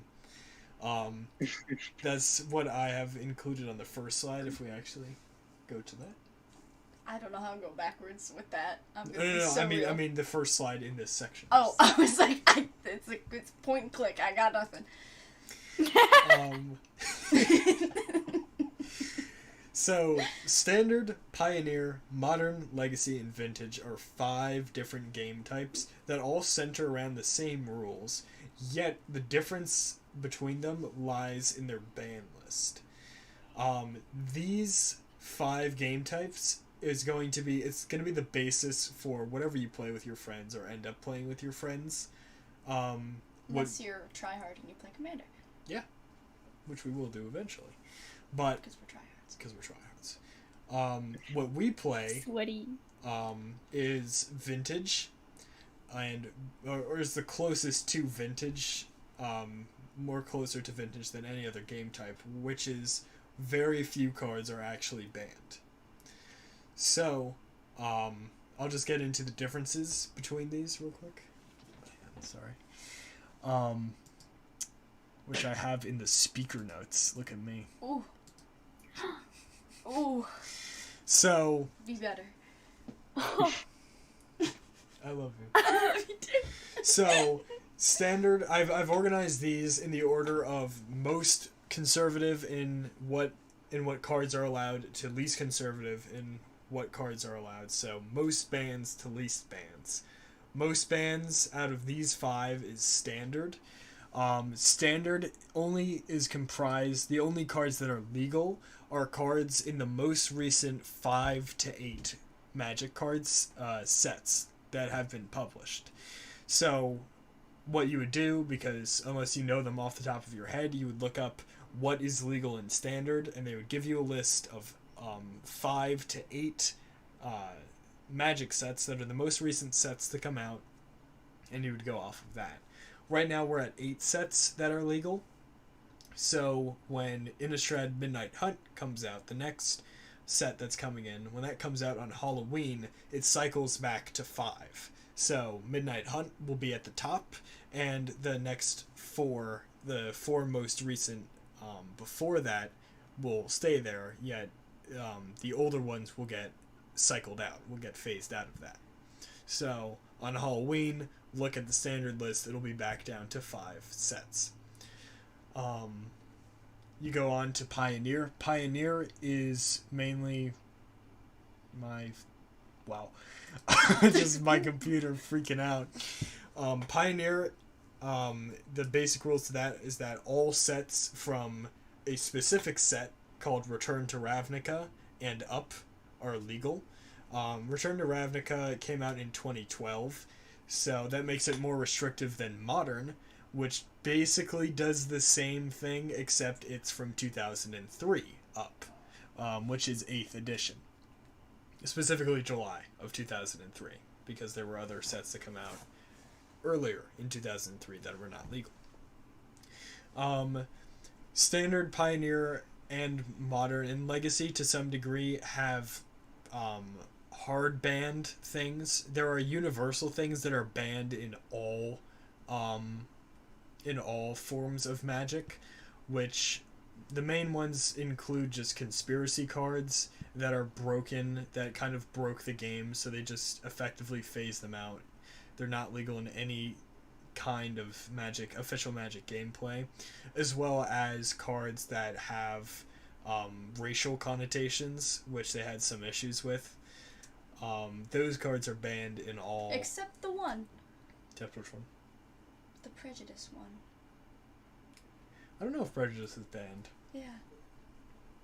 Is that the one with the Yeah. the? Yes, it is. Oh wait, with Prejudice? Invoke Prejudice? Yeah. No, that's banned. Are you sure? That's 100% banned. Because I've seen it on a bunch of recent like charts and lists Oh, of people man. bringing it up. Well, it's probably still able to be sold, but you can't play with it. Thank God. Invoke Prejudice is basically just a card with the KKK on it. Yeah. Magic came out with a statement. They were like, we don't know what's going on. The guy that did it, he is so fired. That stuff is not going to fly anymore. So, cards like that have been banned in all forms of Magic gameplay. White Knight. White Knight is kind of an issue. Yeah. I still have Depending that on one. the artwork that you get for him. The one that we have is fine. The one that we have is fine. Yeah. There's some that even websites that show Magic cards won't display the image because it's so, Or- like... Yeah. Yeah. The ones that require you to like flip the card, throw the card, like do weird card tricks Yep. with the card. Oh, They've that's banned not those. correct, right? They banned Chaos Orb, Correct. Falling Yeah. Star. Unpracticable. Because, you know, who wants to be throwing their cards? Or But flipping it. there's also this certain version of Magic called like Unhinged, There you go. where they just have like funny joke cards. Wait, Those I technically- don't know about that. I'm looking that up. Yeah, it's the little wrench one, right? Yeah. Or is it called Yeah, Unglued? Yeah, it's also called Unglued. Yeah. Yeah. You can't Oh, really play with those either. But there's this one card called The Cheese Stands Alone. Very It's the best nostalgic card. for sure. I've heard of that one. Yes. It's the best card. No, the best card is Frogify. Frogify's good. That's a Classic. So, Good card. Oh, Cam, we are pulled there that the other day. also? Did you actually? Yeah. We did. Hell yeah. I remember seeing cards where like you have two normal cards, but then the back of the cards have like half of a larger card on them. And like if you play them at the I same have one of time, those. I'm Wait, He's wait, a wait, wait. menace. Literally. I'm gonna find. I just put a couple of those in my new deck. Do I'm you, gonna yeah, the find Graph Rats Like- and the Midnight Scavengers. it. Yeah, Where that is it? specific ability is an ability called Meld, and that's when you make the beak card. And Okay, Yeah. so I think those are pretty cool. usually actually, terrifying. this is probably a good idea. This is what a normal card looks like. This is like the scale. Mhm. The thing that we were talking about, the beefy card, is when you put two of them and the backs of them look like this, so it's one giant card. It's much harder Yeah. to tap.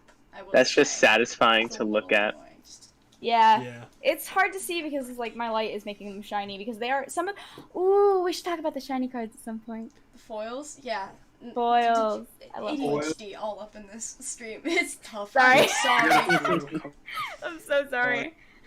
Yeah, look at You that. know, Oh, Like- the little clout thing. they shot. Yeah. So that is a foil. It's a pre-release card as well. You can tell by the gold text on it. Either that or it's a showcase. But Just for reference, the other the normal back of a card looks like this. yes. So yeah, because it's shiny, it's worth more. Just like everything. So We are all crows at heart. we are all Honestly, So crows with ADHD sometimes. But Yeah. crows all the same. that's just done to increase value, to make things prettier. What, the ADHD? Foil. Foiled again. Foiled again. So the main again, the main difference between these is not only what is on the ban list. I I'm don't. sorry. You want this one? Yeah. Is the main. So yeah, what's on the ban list is the main difference. But how hard they enforce the ban is also different because the first four, Standard, Pioneer, Modern, Legacy, they all hard ban stuff. It means if they see that card in your deck, you're gonna get shot in the back of the head. Vintage, soft ban stuff. It's like, try not to, but... Yeah. Yeah, Vintage means... soft banning in Vintage means that they will restrict your card, whatever the card is, to only allow one copy of that in your deck. In any deck with what's known as constructed rules, which are the rules in the center of the screen, you can have no more than 4 of any one card in a deck, excluding land. So Vintage basically just super enforces that rule to have no more than one of any card in a deck for that ban list. Just quickly, Legacy. All sets and expansions are permitted. That's another thing. There are certain expansions that are not permitted in Modern. Again, Modern is 2003 up, but Legacy, all sets and expansions are permitted, but certain cards are banned, or hard banned, due to either their power level, or they're racist, or there's some other issue with that breaks the game. But Vintage is the least conservative in its ban list, or in the cards that it allows, because it has all the sets and the expansions introduced in the Legacy, and everything that is banned besides the ones that are universally banned are only soft banned. So you'll just get bullied if you play with it, essentially. Well, not I necessarily. bully you when you play with cards that are banned. You do. It's the main thing is that you just can't have too many of them. The main thing is power level. I think the best example is Demonic Tutor. Demonic Tutor is a card that for 2 mana allows you to grab any card from your deck, from your library, and simply put it into your hand.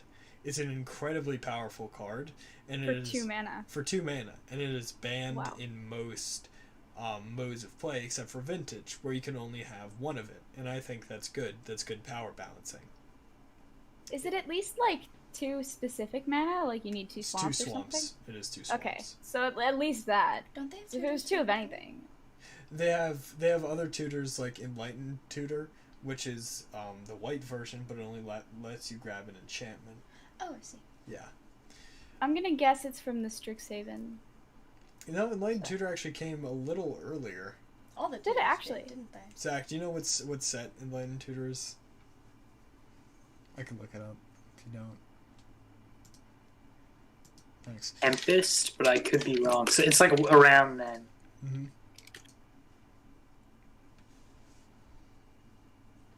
It is from.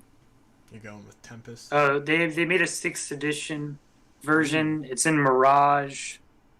It's in a pretty bunch of early. sets, I think.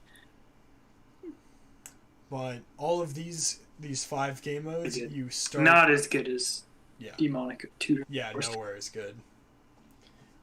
You start with 20 life, which is the usual amount of life that you will start with. Just because it's the most common in 'Cause you most can modes use of play. D20. Because you can use a D20, which were popularized by Dungeons and Dragons.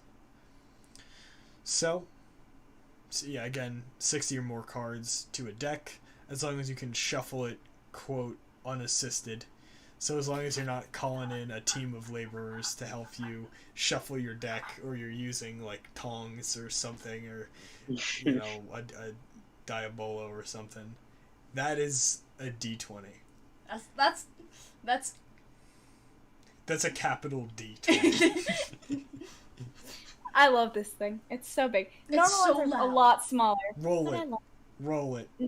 Are you sure? Roll it. Headphone users beware. What'd you get? What'd you get? What? What'd you get? Oh, I didn't look. Wait. 11. Ooh. By the way you covered your mouth, I thought you were gonna go nat 1. I'm gonna be so real. That would have been so funny. Jesus. But in any case, those are the basic rules for those 5 sets. Again, the easiest way to look at what's banned is to simply Google it. They have a very easily accessible list. Especially that's the thing standard. about Magic. It's just everything is laid out. Yeah, It's everything is nice. accessible. It's not hard to learn. It's not. And that even extends to the lore. Most of the lore books are open access. It's not FNAF where you have to just game theory it out until you Oh, get no. something. Scott. Scott. You have to hold Scott at gunpoint. You actually have to beat Scott in a game of Magic the Gathering. Why'd he kill the kids, Scott? Oh my god. But yeah, very easily accessible. It's very nice. Like if Alright. the world ended and you just found a bunch of Magic cards, you could probably figure it out. I will harp on that until the end of time. Yeah. It makes me happy. Yeah. All right. Now we are on. Sorry. Can I click it? May Commander I end my turn? and Brawl. Oh, me? Alright. All you. Zach, tell us about Commander. Commander is probably the most nerd format Try of hard. this game. You can basically make whatever deck you want. You just got to choose one card that's a legendary that you really like, or a card that legendary, but it says this card may be your commander. Typically, people choose creatures. I mean, it usually ends up being a creature. There are some planeswalkers and some other weird things that let you be a commander, but it's usually just creatures. And you're building your deck around this single card. You can only have cards that share a color with it. So if Zedru the Great-Hearted, the Minotaur Monk, was your commander, you could only have red, white, or blue cards in your deck. Your deck must have 99 other cards, and you can only have one of each card. So, like, besides basic lands, you can't have multiple of the same creature in a commander deck. You start with 40 life, and your commander you can basically cast at any time as long as you have enough mana for them. When they die, they go back into the command zone instead of going to your graveyard. And then you can cast them again for their casting cost plus 2 mana. So you can just keep getting your commander back out. So it's a pretty popular format for people that don't like tournaments but still want to play in a more competitive way, because you can, like I said before, you can make whatever deck you want. Yeah. So that's basically... We don't know how to This the play basics Commander. of Commander. Yeah, I've never played Commander. It's also known as EDH, which stands for Elder Dragon Hummer. Let's see, Elder Dragon Highlander.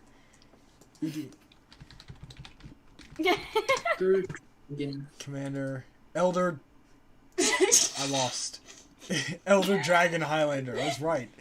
So, yeah, exactly what Zach said about all of the rules. Definitely the nerdiest, most try-hard, because you need to lug around 100 cards. And if you sleeve them, like you do... Oh, yeah.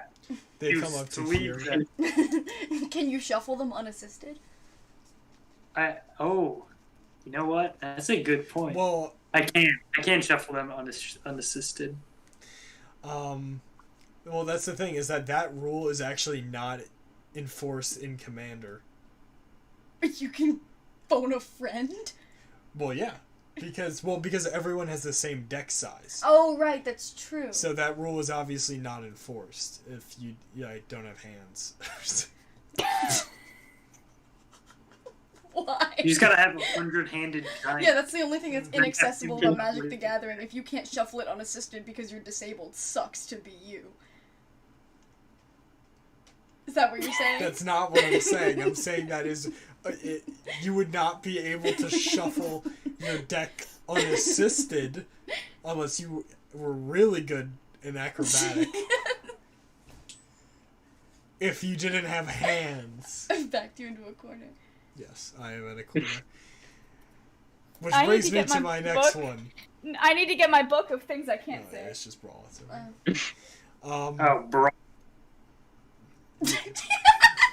Commander, but smaller. Yeah, it's a mixture of Commander and Modern.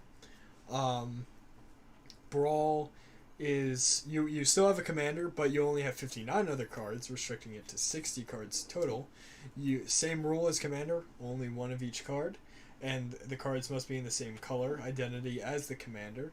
So if we were to have Tovalar, Dire Overlord, as our Commander, which should be our Commander for Werewolf deck, he's coming out. Noted.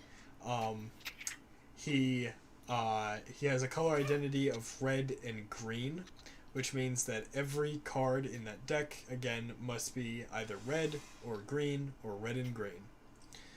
If you have 2 players for Brawl, then everyone starts with 25 life. If you have 3 or more players, everyone starts with 30 life. So it's just a smaller, less sweaty version of Commander. Yeah, and this is off topic, but the little tiny white circle in the top left corner of Don't laugh at me.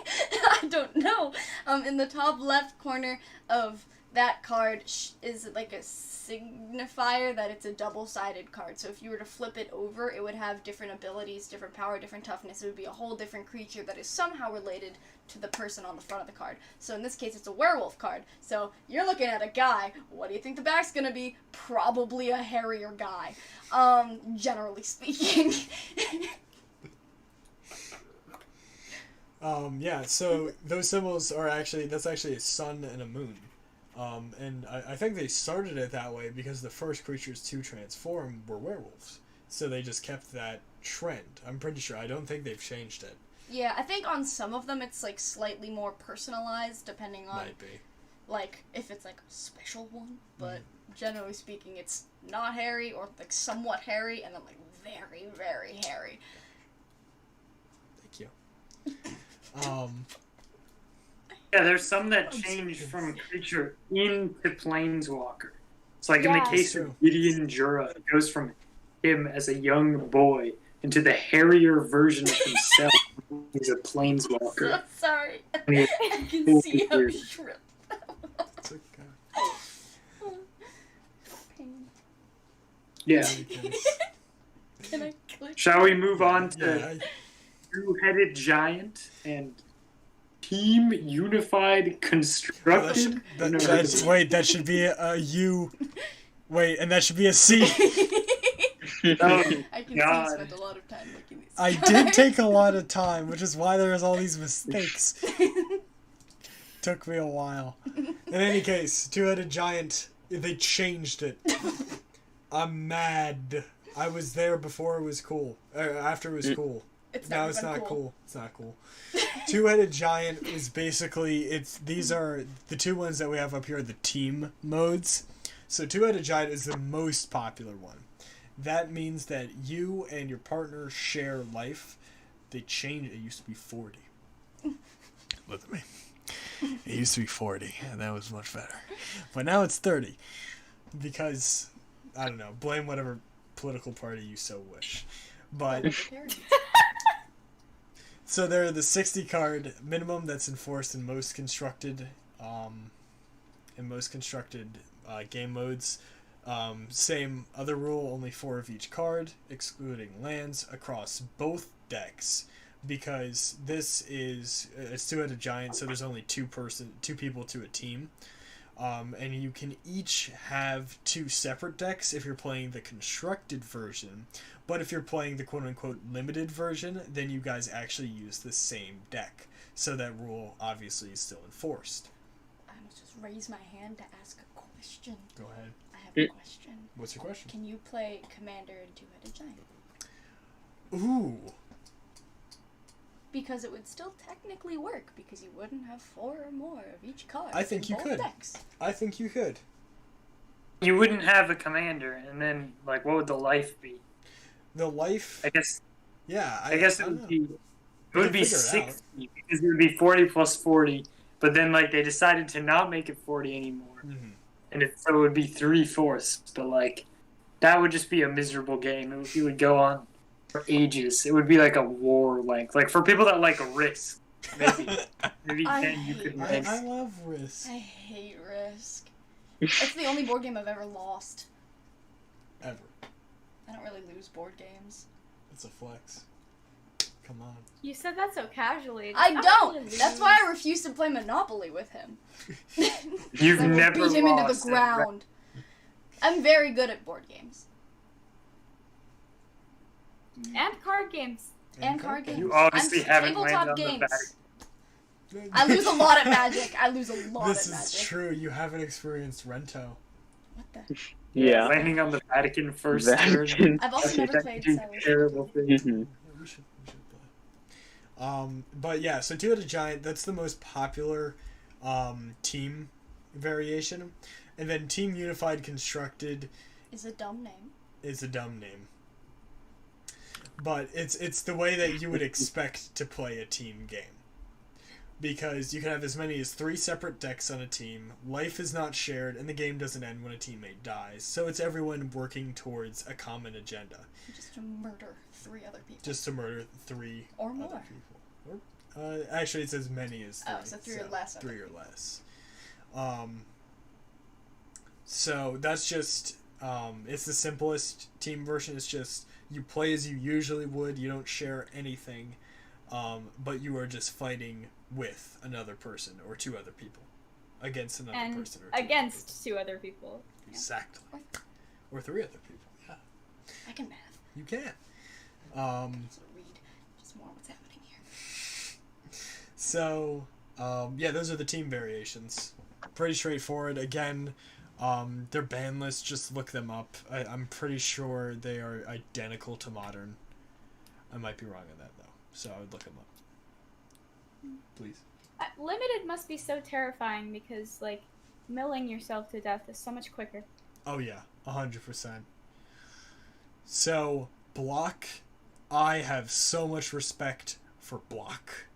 Because... What am I looking at? So, what you are looking at is a nightmare. This is a screenshot I took of just the different... This is every set this was taken from a list of every set that's ever been released. But sets are sometimes released in what's known as blocks. So as you can see, at the top, the Tempest block included Tempest. Does that say guacamole? That does say guacamole. I'll get to why that says guacamole in a second, Sorry, actually. I didn't mean to interrupt. Not at all. Got a little... I'm confused. intrigued. Like the Tempest block, it has Tempest, but it also has Stronghold and Exodus. And they were all released relatively close to each other, spanning from 97 to 98. That's how you determine a block. And what that means is that you can only use things determined... Like, in your deck, you can only have cards from one block. And they have a set of blocks that are allowed. There are some blocks that aren't. I don't believe you and your opponent have to use the same block. I think it'd be very interesting to see that, though. The reason I like this so much is because even though you're working within parameters, you're still able to do a lot. There can be a certain dominant strategy derived from any specific block. For example, the block containing Theros and Journey into Nyx. The dominant strategy there is through the use of an activated ability known as Constellation, which was introduced in that block. Sorry, these are my favorite sets. I love them with all my heart and soul. Greeks. The Greeks. And that's very enchantment heavy. So if we were going to play block and I was given the block with Journey into Nyx and Theros, I would most likely derive a strategy of using enchantments and Constellation. And I think that's just really cool because it gets you to know the cards better, and it also allows you to work within certain guidelines, but you can still come up with really creative strategies. Why does it say guacamole? Oh yeah, so... But I love that guacamole and chimichanga are paired with armadillo. Yeah, so... I'm a little lost. So the... that column right there that includes a lot of random stuff, those are the code names that Wizards of the Coast used when they were working on all of them. It's just an interesting bit of trivia. They didn't want to refer to each of them as Urza's Saga or Urza's Legacy, or they didn't actually have a name for it yet. They didn't know they wanted to call it Urza's Saga Camilla? or all of that. And there goes my hero. Watch him. Anyways. So, they would nickname them these ridiculous names, and usually within a set they would all have relations to each other. Except armadillo. Well, armadillo, guacamole, and chimichanga are all Spanish names. I thought you were gonna go foods. I'm gonna be so real. I was like, I have qualms. Like, for example, if you look at the masks block, you have Archimedes, Euripides, and Dionysus. Yes, no, I'm aware. Yeah, but armadillo is not a food unless you're really hungry. This is true. But yeah, so I love block. Never played it. Seems scary. Seems scary. Can I click? Of course. Popper. I love Popper. It's great. It's awesome. So People do eat armadillo meat in Brazil. by the way. Yeah, in Brazil, guess what they are? Really hungry. Continue. So Poffer Please is laugh at me. Please laugh at my that joke. was funny. Thank you. Really Continue. So Poffer is all about making low-cost decks. The only decks that are allowed in Popper are decks with a common rarity rating, and that means that the set symbol, which is on the right of the card type. It's the little M11 on the Yep. Solemn Offering card. It's like where that is on all of them. Yeah. It's the most identifiable one, I guess, to Yeah. describe. So if it's black, that means it's common. If it's silver, bluish, that's uncommon. If it's gold, it's rare. And if it's reddish, orange, then it is mythic rare. So you can only use the lowest rarity, common. That's awesome. Because my hobby is making low-cost decks that are able to take down high-cost decks. And I love to see some representation of people that don't have a sustainable method of income that allows for them to build decks and everyone is on the same level, because it immediately eliminates the pay-to-play aspect. Which is what I love about the game. Exactly. Like, Magic is really good about, making it so that it's not so much pay-to-play. The people with the most money or willing to sink the most money into the game will always win. That's not the case. It's kind of inevitable. Inclusivity. The oldest ones, right? It's more That's about true. like the vintage aspect rather than like the how good they are. I mean, it's a combination, of course, but like when you look at cards, you're like, even if it's the same card, it's going to be way more expensive if it's older, not necessarily if it's better. Yeah. Or if it's foil, This like a is better true. condition card. Yeah, but it's still kind of inevitable that, people with more money available to sink into any game that has, monetary aspects are going to do better on average. Popper immediately deletes that because everyone only uses common cards. You just have to be good. You just have to be good. So, I love it. It leans into the strategy aspect of a strategy game. It's really nice. Exactly. Big click. Yes, please. Now we get into some gameplay. We're going to start off by talking about the colors, if my memory serves. Yes. Each color, going through each of them and detailing what each color symbolizes, play styles with each, and that will take up the majority, and by that I mean all, of the gameplay aspects, because it can all be boiled down to the colors themselves. So let's take a look at what those are. Thank you. This is the color wheel. All hail the color wheel. This is every color that's ever been. You should all know this. Yes. So the color. What are secondary colors except green? Exactly. The color wheel was introduced pretty much at the start of the game. You can see the symbols next to each of them.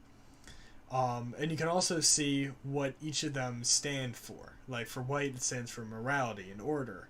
And then below it, it has like 2 good things and 1 bad thing. So people that utilize white mana are often uncreative, but they often opt for peace and law.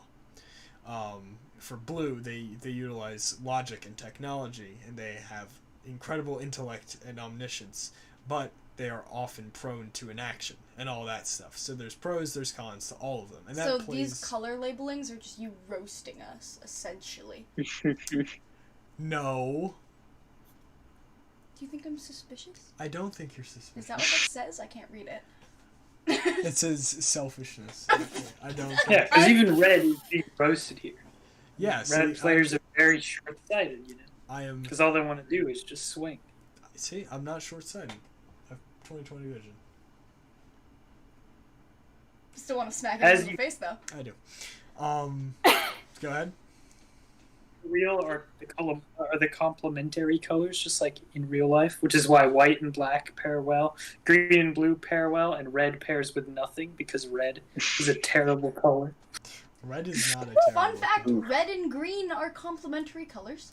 I'm gonna be really honest with you. Blue and green. I was gonna say something, but then I just didn't. And white and black aren't technically colors, so you were on the right track in none of that sentiment, but I appreciate your input. No, I was just going based on the color wheel that we've been presented with here, which is obviously not the real color wheel, you know. Mm-hmm. You can't really have complementary colors on this wheel because it's an odd number of colors. Exactly, which is red is the odd color out, okay? As Technoblade says, did you try getting good? So white and black, you will also see those represented as yellow and purple, respectively, because if you're dealing with like white text or black text, it can really suck to lay those colors over them. So you will often see them represented as yellow and purple. That's just white and black. That's just a small thing. But each of the colors has an identity, and each of them stand for different things and have different reoccurring themes. Often, certain creatures will be sorted into certain colors. For example, angels are primarily white, so are knights. Blue, you have illusions, as well as creatures that are water-based. Black, you have a lot of creepy things like zombies, skeletons, bugs, all that stuff, spiders. Although spiders can also be green, and rats. Rats is black. And then red is goblins, mainly because they dwell on mountains or under mountains, which is the mana source for red. But yeah, you also have dragons. And then green, very heavy into nature, so you have big creatures that are incredibly powerful. Nymphs, dinosaurs, worms. Oh yes, my favorite big creatures, nymphs.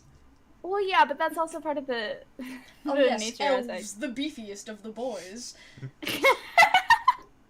Yeah, that's another thing. Dwarves are often red because they deal with mountains.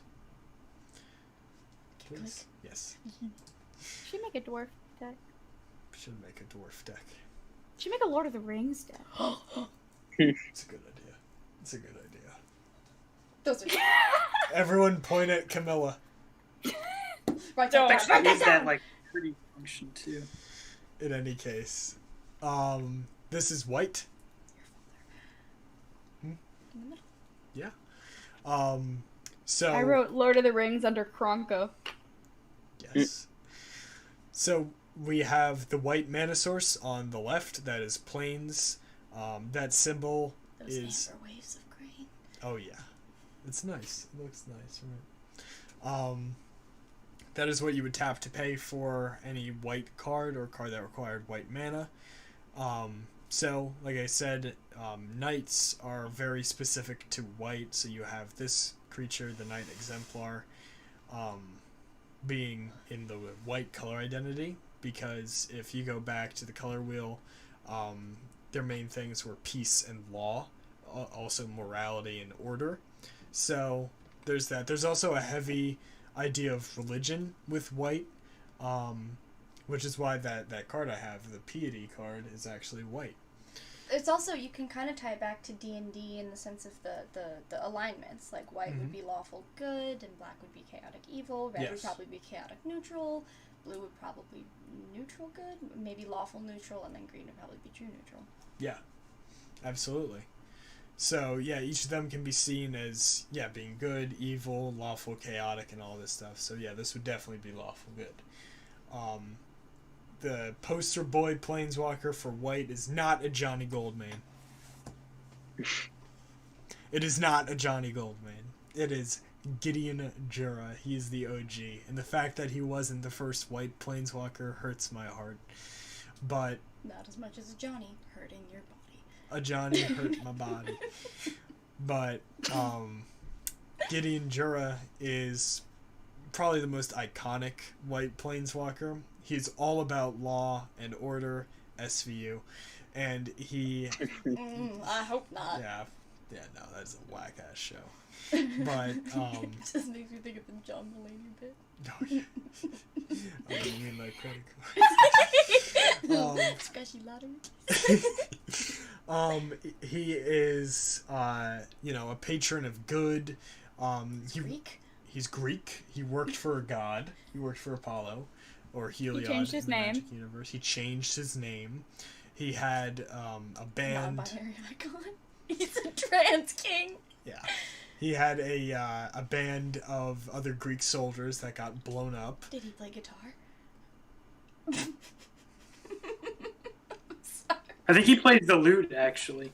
I don't know if that's canon. I just remember so seeing happy you invited us I here. am so Hard. happy. where he's. I don't, And he's got a no. It's not a whip. What is it? He's Got a surall. lawful That's- good, so he didn't play the lyre. True. It's true. He did. Oh play the my lyre. god! I'm so proud of you. He did not play the lyre. I'm so sorry. I'm Please keep so proud talking. of you. Please. Oh my god. In any case, the spell that I chose to represent white was just arrest. Again, whole idea of order. You just arrest a creature, and he's like tied up in what looks to be bands that might be powered with hieromancy, which is Gideon's main or pretty much only magic application. And hieromancy is the exact opposite of necromancy. It is life magic instead of And that's death also magic. why one of the more commonly associated with life abilities is life. lifelink is often associated with white. Yes. Also vigilance, but mostly lifelink. People think of lifelink when they think of the white mana. And I also wanted to point out that another good card for white would be pacifism. That's what I said. Yeah. And you didn't listen. But the rest more accurately represents. I'm sorry. A-cab. Anyway, So yeah, and then you have an angel. Again, angels tied to white. Whole idea of religion and order and purity. Nothing's really more pure than an angel. The flavor text even mentions light. Exactly. So hope, all that good stuff exemplified by white, but white still has its issues. Again, if we go back to the color wheel, their issue was that they are uncreative. They can't really expand, like people that utilize white mana in the Magic universe. I mean, they can't really expand their mind to the extent of, let's say, blue. Like Marines, they stick crayons up their noses and run. Exactly, they're like Marines. The main strategy with white, I would say, is often related to swarm tactics, or life gain. That's like the whole like army ability, don't they? Isn't that like a thing? Yeah. I read about it in some cards where you just like amass an army and then you can give all of them lots of counters and stuff. Yeah, absolutely. A Johnny, a planeswalker, is able to give you, or creatures you control, numerous +1/+1 counters just based on your life total. So, white is all about bonds between your creatures and them fighting as a unit. It's the most militaristic of all of them. it's also probably like one of two most flying creatures, like white and blue, I think. Right. Probably. Yeah, I would say so. Zach, what's your go-to strategy when you're playing with a white deck? I'm playing with the white. Yeah.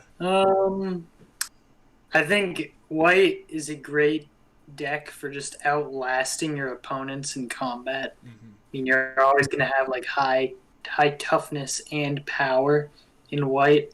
So you can just get out like not even. I wouldn't say I usually swarm my opponents. I have like 5 creatures that are all really strong. Like that When I'm one playing- you level up all the time. Yeah. The Oh yeah, Transcendent like Master. Transcendent Mass. 3 mana, you pay 1 to level him up. If you give him a lot of mana, he becomes like basically a win condition. So white is very good for like big flyers. Doing damage, avoiding taking damage. I mean, literally the poster boy Gideon is known for fighting interdimensional beings that humans can't even comprehend. So, if you want a fighting deck, I would say white is a pretty good one. Yeah, it's also good for outlasting because of the life gain aspect. Mm-hmm. Should we go on to blue? Absolutely. Okay, click. Of course. All right. I'm always eager Yeah, to talk about please. blue. You're the only one. Okay.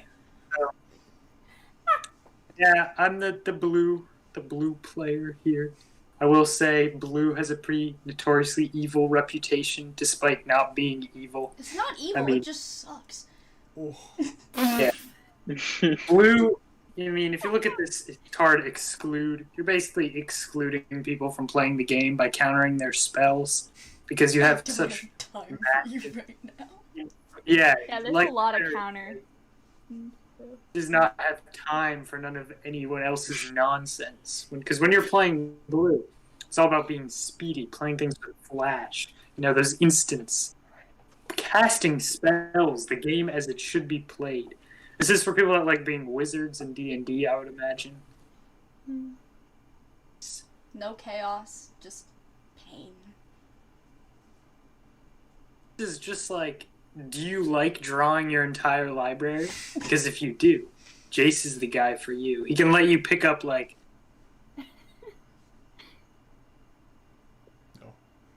berries. This man is well read. Also has a card which claims that he is memory adept, but actually his mind has been wiped. I would be impressed if he remembered his own name. And then we got this enchantment I've never seen it before. Future Sight. Yeah, blue also has this like sub theme of time. Some famous cards like let you take an extra turn after your original turn ends. You can do stuff in advance, plan for the future. It's like the opposite of red in a way, because you're not actually trying to do damage.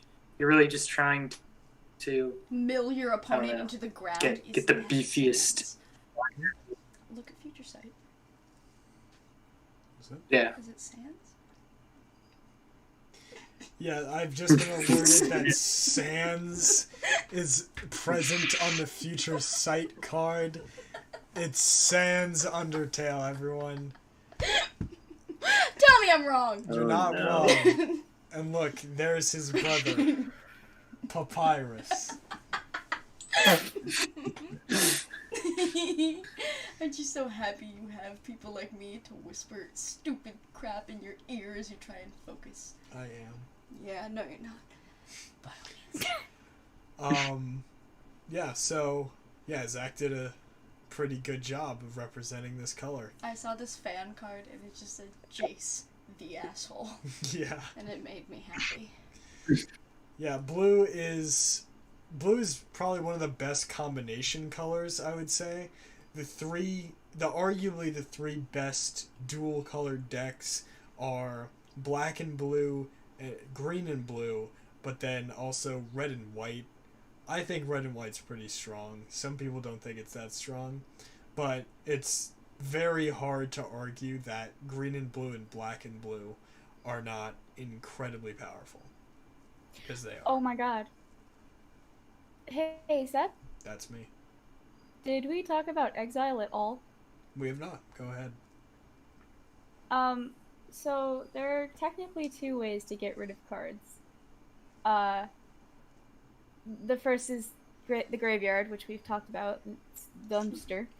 The other one is exile, where they don't technically die, they just kind of get sent away. Usually you show this by turning the cards face down. Sometimes things like the reason that this came to my mind is because a lot of the time there's an option in blue, an ability called Foretell, again with the time theme, where you exile a card and then you can pay it for a lower mana cost on a later turn. So exile is a little bit different from the graveyard. They just chill face down. That's also how you can get rid of indestructible cards. You can exile.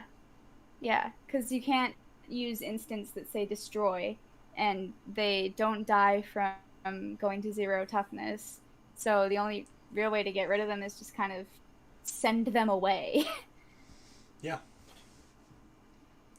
Then we can go on to black. You want to talk about black? This is my favorite color to play. My first deck that you made me was black and white, and I'm the blood artist. So black's big thing is like, well, I mean, black and white is like life gain, life drain, but black is mainly just murder all of your opponents, just beat them to death with pain and suffering. So like the blood artist, who can't deal any damage to you, but if anyone else dies, so do you. And then a card called Murder. You murder someone, essentially. But an interesting ability that's whereas Lifelink is super popular with white, and like Foretell and counters are really popular with blue, Death Touch is very popular with black, which means that as long as the creatures make contact with each other, if a creature has Death Touch, the creature that it is smacking, even if it's like puny, like that guy, and it hit like a 15-15 beefy boy, if you give it Death Touch, it doesn't matter, the other creature still dies. Just on impact. So that's cool. And then, as you mentioned, like the poster girl of black is Liliana, and a lot of what she does is like murdering other cards, like draining the life of other cards, and then taking control of all other creatures to murder your opponents with. It's just death, essentially. And undeath, zombies and shit. Death, destruction, pain. Yeah. I mean, there's a card called Damnation. There is. Yeah, so whereas white, I would say black is actually pretty similar to white in when it is strongest in terms of gameplay.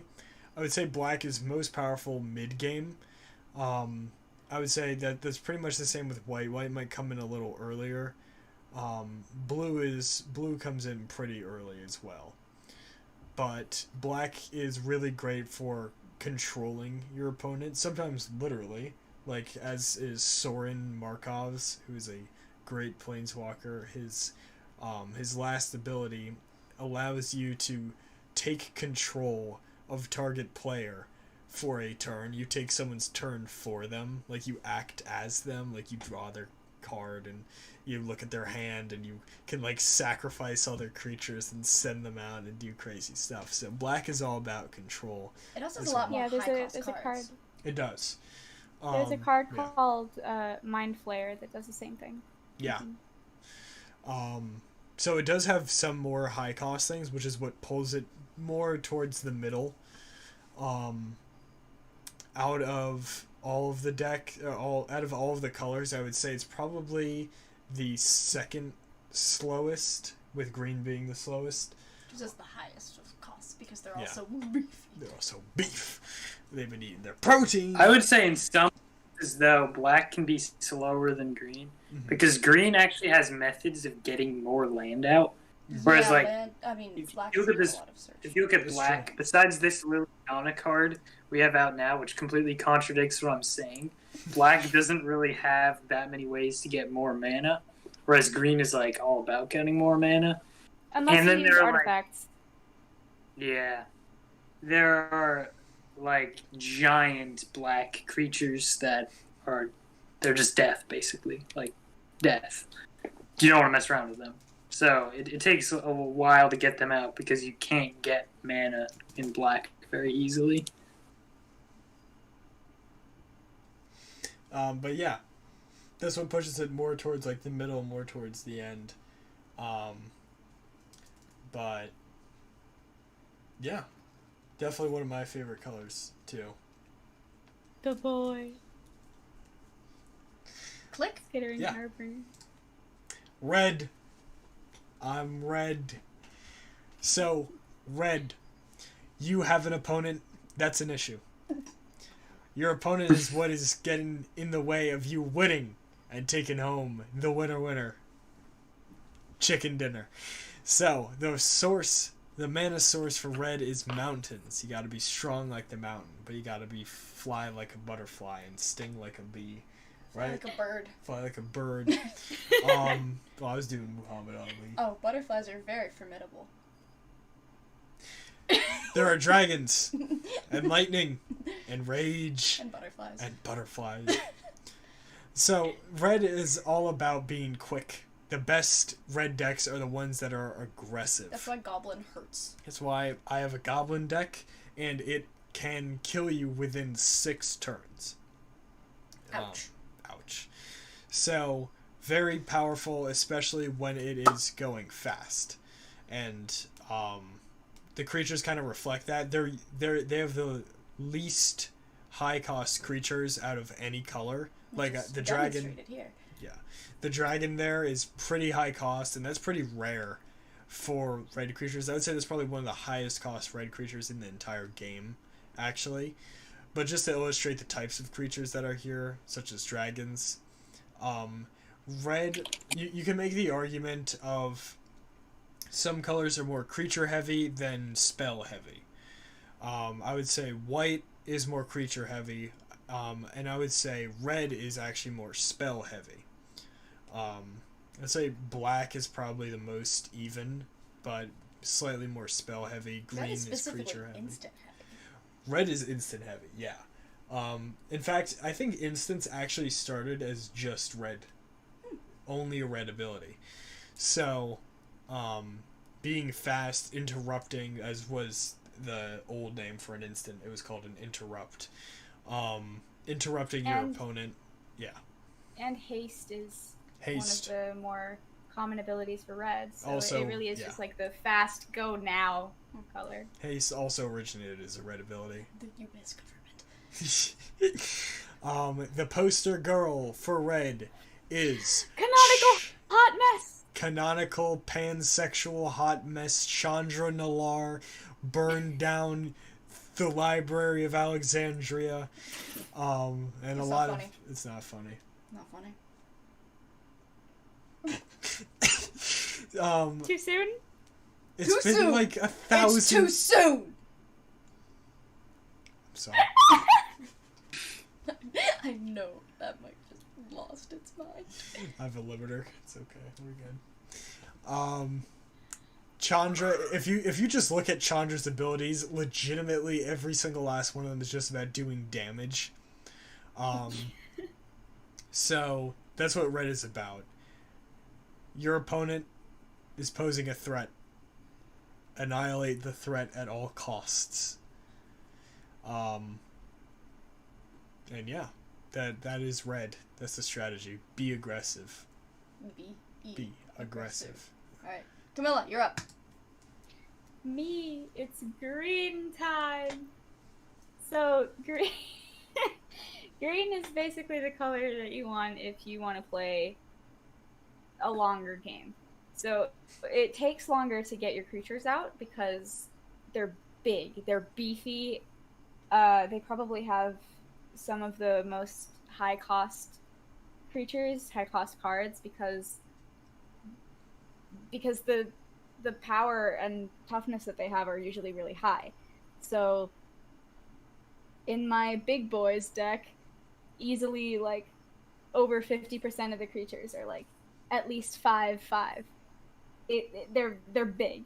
They have a lot of dinosaurs, a lot of Giants. spiders, giants, Oh my. Worms. worms, dragons sometimes too. Although dragons are there are dragons in every color. It's true. Just like So Yeah. yeah, anything big, anything nature related. The lands are forests. So yeah, the first, and then there's Garrick, big man Garrick, Wild Speaker. Is how tall is Garrick? 8'6". 8'6", insane man that planeswalked somewhere and then just kept going. Like he's That's basically him. He deals with a lot of like he's the wild speaker. He deals with a lot of creatures, beasts in particular. I think this card, yeah, this one has an ability for just putting 3/3 beast creatures onto the battlefield. And I think Trample would be the most common ability for Trample and Reach, maybe, for green. Yeah, there's also a lot. I feel like there's a lot in green for land. Yeah, like the enchantment. Whether it's yours on the or right. your. Yeah. I didn't read that. Oh, yeah. That's a really good card. No, yeah, that's solid. Wow. The strat against green is just get rid of their land and they will be stuck, essentially. Yeah, that's the other issue. Green is good against a lot of things. It's probably worst against black ? Because of Death Touch. It's the worst against red because red is the red is the fastest and can destroy lands much more easier than any other color. It is also kind of weak against black in some aspects. Well, I feel like it would be weak against black because black has things like Death Touch. Yeah, Death Touch is big. And all the kill spells. Death Touch. Yeah. And a lot of kill spells because the main strength in green decks is creatures. It's very creature heavy color. So if you get rid of someone's creatures, if you had like a planeswalker whose ability was get rid of every creature on the battlefield, there's not much that a player playing with green could do against that. Yeah, it takes so much time to build it up that, and you can, if you have creatures that cost like 12 mana, you can only play like one per turn unless your deck is all land, one creature. It's a lot. It's a lot. Oh yeah, that is green, and that concludes the colors. Click. Thank you. So now, lore, very quickly, I wanted to include the Mind Rot card here, because if you try and delve into the lore like Cam and I have, your brain will burst out of your skull. It's not going to go good, but it is still very interesting. I would recommend piece-wise. You keep going. I would recommend taking it piece by piece. Okay, now what I was going to say. That quote on the flavor text is from the only non-binary planeswalker, and I feel represented. That was all I had to say. Okay. Yeah, Ashiok. And I think they show up later in here. They do. I made sure of it. Right. Yes. So, to start off, what are planes? Not the things that go vroom in the sky, but the things of where people are living. Not planes, Plains. I almost just misspelled plane. Wow. But planes is in Plane. Yeah, not the planes. Plane of existence. Exactly. No. Exactly. Why do you lead it? Planes of existence are usually in the Magic universe. It's a little strange because not only are they separate planes of reality, but those planes of reality are kind of stuck on one planet. If you think about it, like there aren't different like solar systems for each plane, which is strange. Each plane is kind of condensed within itself in a sphere. The matter takes the form of a sphere. Is it kind of like the realms in Norwegian myths, like Asgard, Midgard? Yeah. Jotunheim. Jotunheim. Yeah. Kind of, yeah. And there's even a realm, or planes for that, which is the Coldheim stuff. Yeah. So, yeah, you can think of it exactly like that. Each of them is condensed. Like, if you were on, I guess, Jotunheim, there isn't, like, a different solar system for that. One of the only exceptions is Innistrad, which does have a moon. But, basically, it's pretty much condensed on, like, one planet. For all intents and purposes. And they vary a lot in, kind of which mana is strongest there. In fact, some people go to specific planes to harvest specific mana. For example, the Planeswalker Ren who is a dryad and who bonds with trees, often goes to... That's what I was looking for. Yeah, Renin 6, which is the 6th tree that she is bonded with. Ren, the Dryad Planeswalker, will often go to Innistrad because they have the forests of Kessig, which have the best trees, as decided upon. So Innistrad is mainly black mana, just because Sorin and his gang of vampires are around there, some demons, a lot of evil stuff there, but also strong green because of all of the trees and all that. Is the reason Innistrad has a moon is because of all the werewolves there? Because that would make sense. I think that might be where they originated from, actually. So it would make sense if they were the one that has the moon. That makes sense, yeah. I think that's true. Let's make it canon. I think it is canon. But every plane has every kind of mana. Phyrexia, which is hard to say, and they have their own language, is weird because it's almost entirely black mana, but that's because of some insane stuff that happened there that Camilla and I will not go into later. So if you want to look that stuff up, go ahead. Yeah, there's an MTG wiki. Go nuts, but that's a long, convoluted story. That's on the left. On the left is New Phyrexia. Looks fun, doesn't it? In the middle, you have Alara, which is all messed up. And then on the right, you have Dominaria, and the skies of Dominaria. Dominaria is the main plane where everything takes place, but a lot of important stuff. Beats the snot out of each other. Where everyone beats the snot out of each other, exactly. But yeah. Click.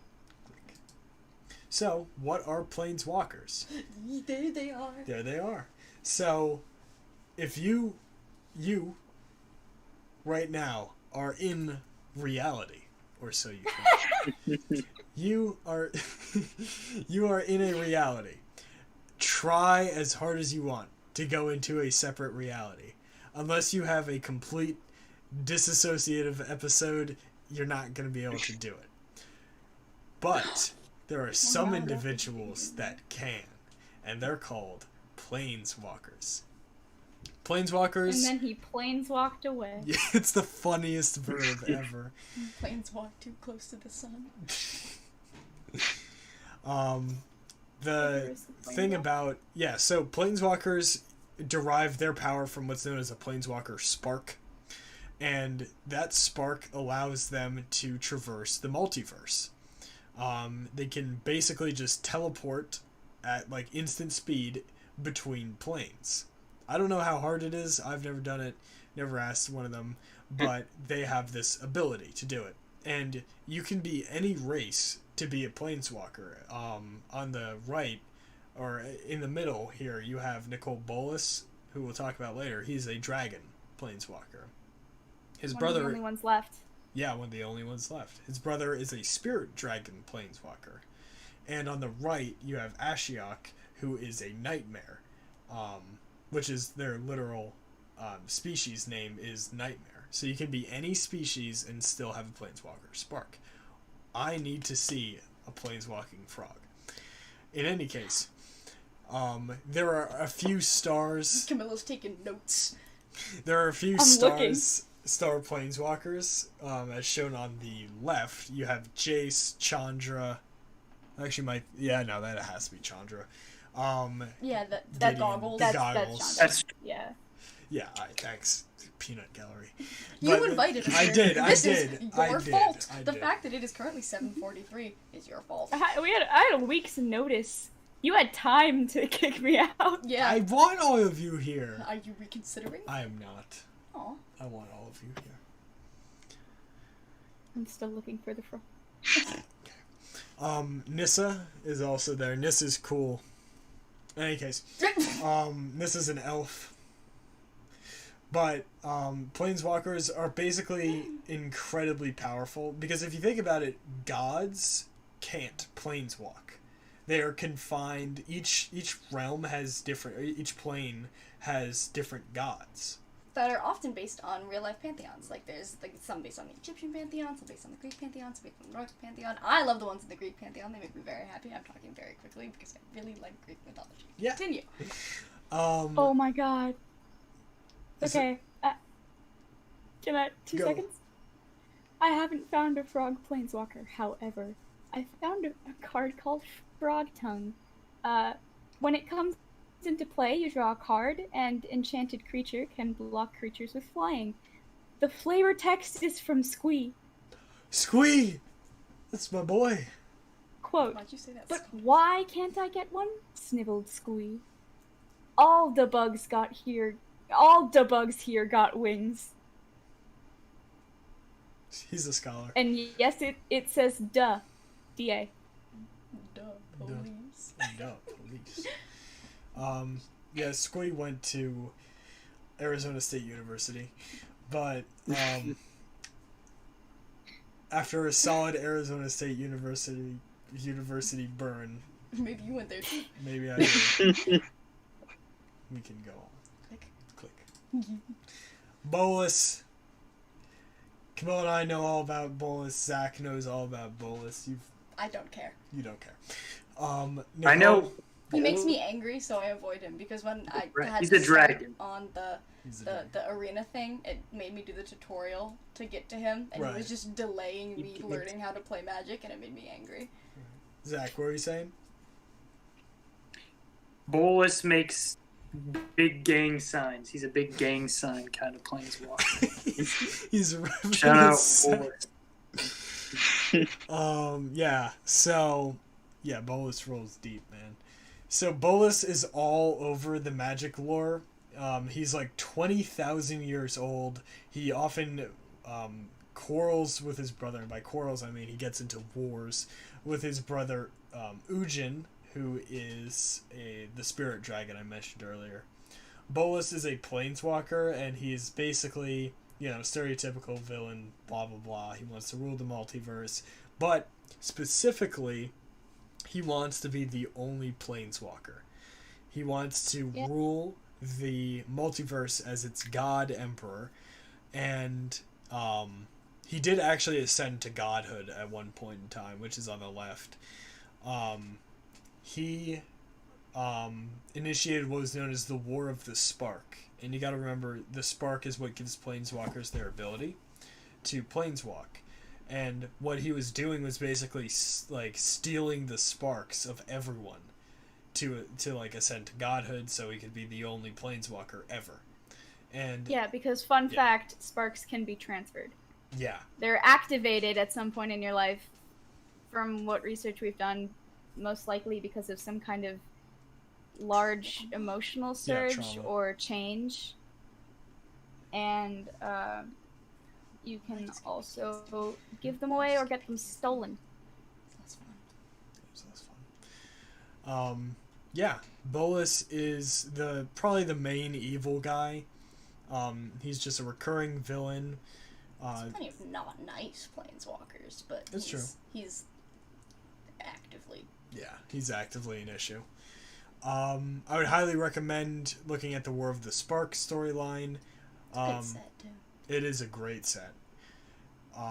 We should have done a tier list for the sets. Later. With what time? No, not on this show. I mean later in like the future. But Bolus. Writing it down. Thank you. Yeah, if you're looking for the main villain of the Magic universe, it's Nicole Bolas, without She question. even has a dumb name. Even does have a name. Nicole. Nicole. It sounds like a PTA How's it mom. spelled? It does. It's Nicol and no other Nicole letters. Bolas. Nicole Bolas is a Karen. He is. Well, No, I don't that's think him he's after his always order been that the was- villain, though. Well, His well, Elaborate. first card is actually very old, and I think they originally presented him as like a legend, like last surviving sort of dragon type that just 'cause wanted, he you know. killed the other dragons. I mean, he's Yeah, the but last like, one I don't know. Has he always by his been the own villain? design. This is good. This is good lore. You can like submit things to Wizards of the Coast. You could be like, wouldn't it be cool if, and they might do it. You know, that's how Venom was created. Yeah, I'm gonna. responsive to the community. I also Yeah. enjoy that. Yeah. I It's great, man. If anyone on the stream is like paying attention to that particular piece of information, I'm petitioning them for raccoons. Mm.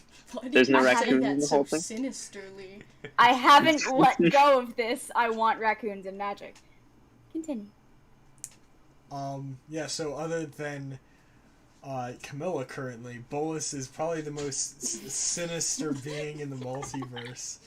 I'm not and- sinister, I just want raccoons. Yeah. For what purpose, Camilla? Raccoons! So he is, he was eventually defeated, spoilers, but he did come back like 1 billion times, so not really. And He there's died this, a little, but he got better. he does that quite a bit. He's one of the most powerful planeswalkers as well. Unfortunately. Click.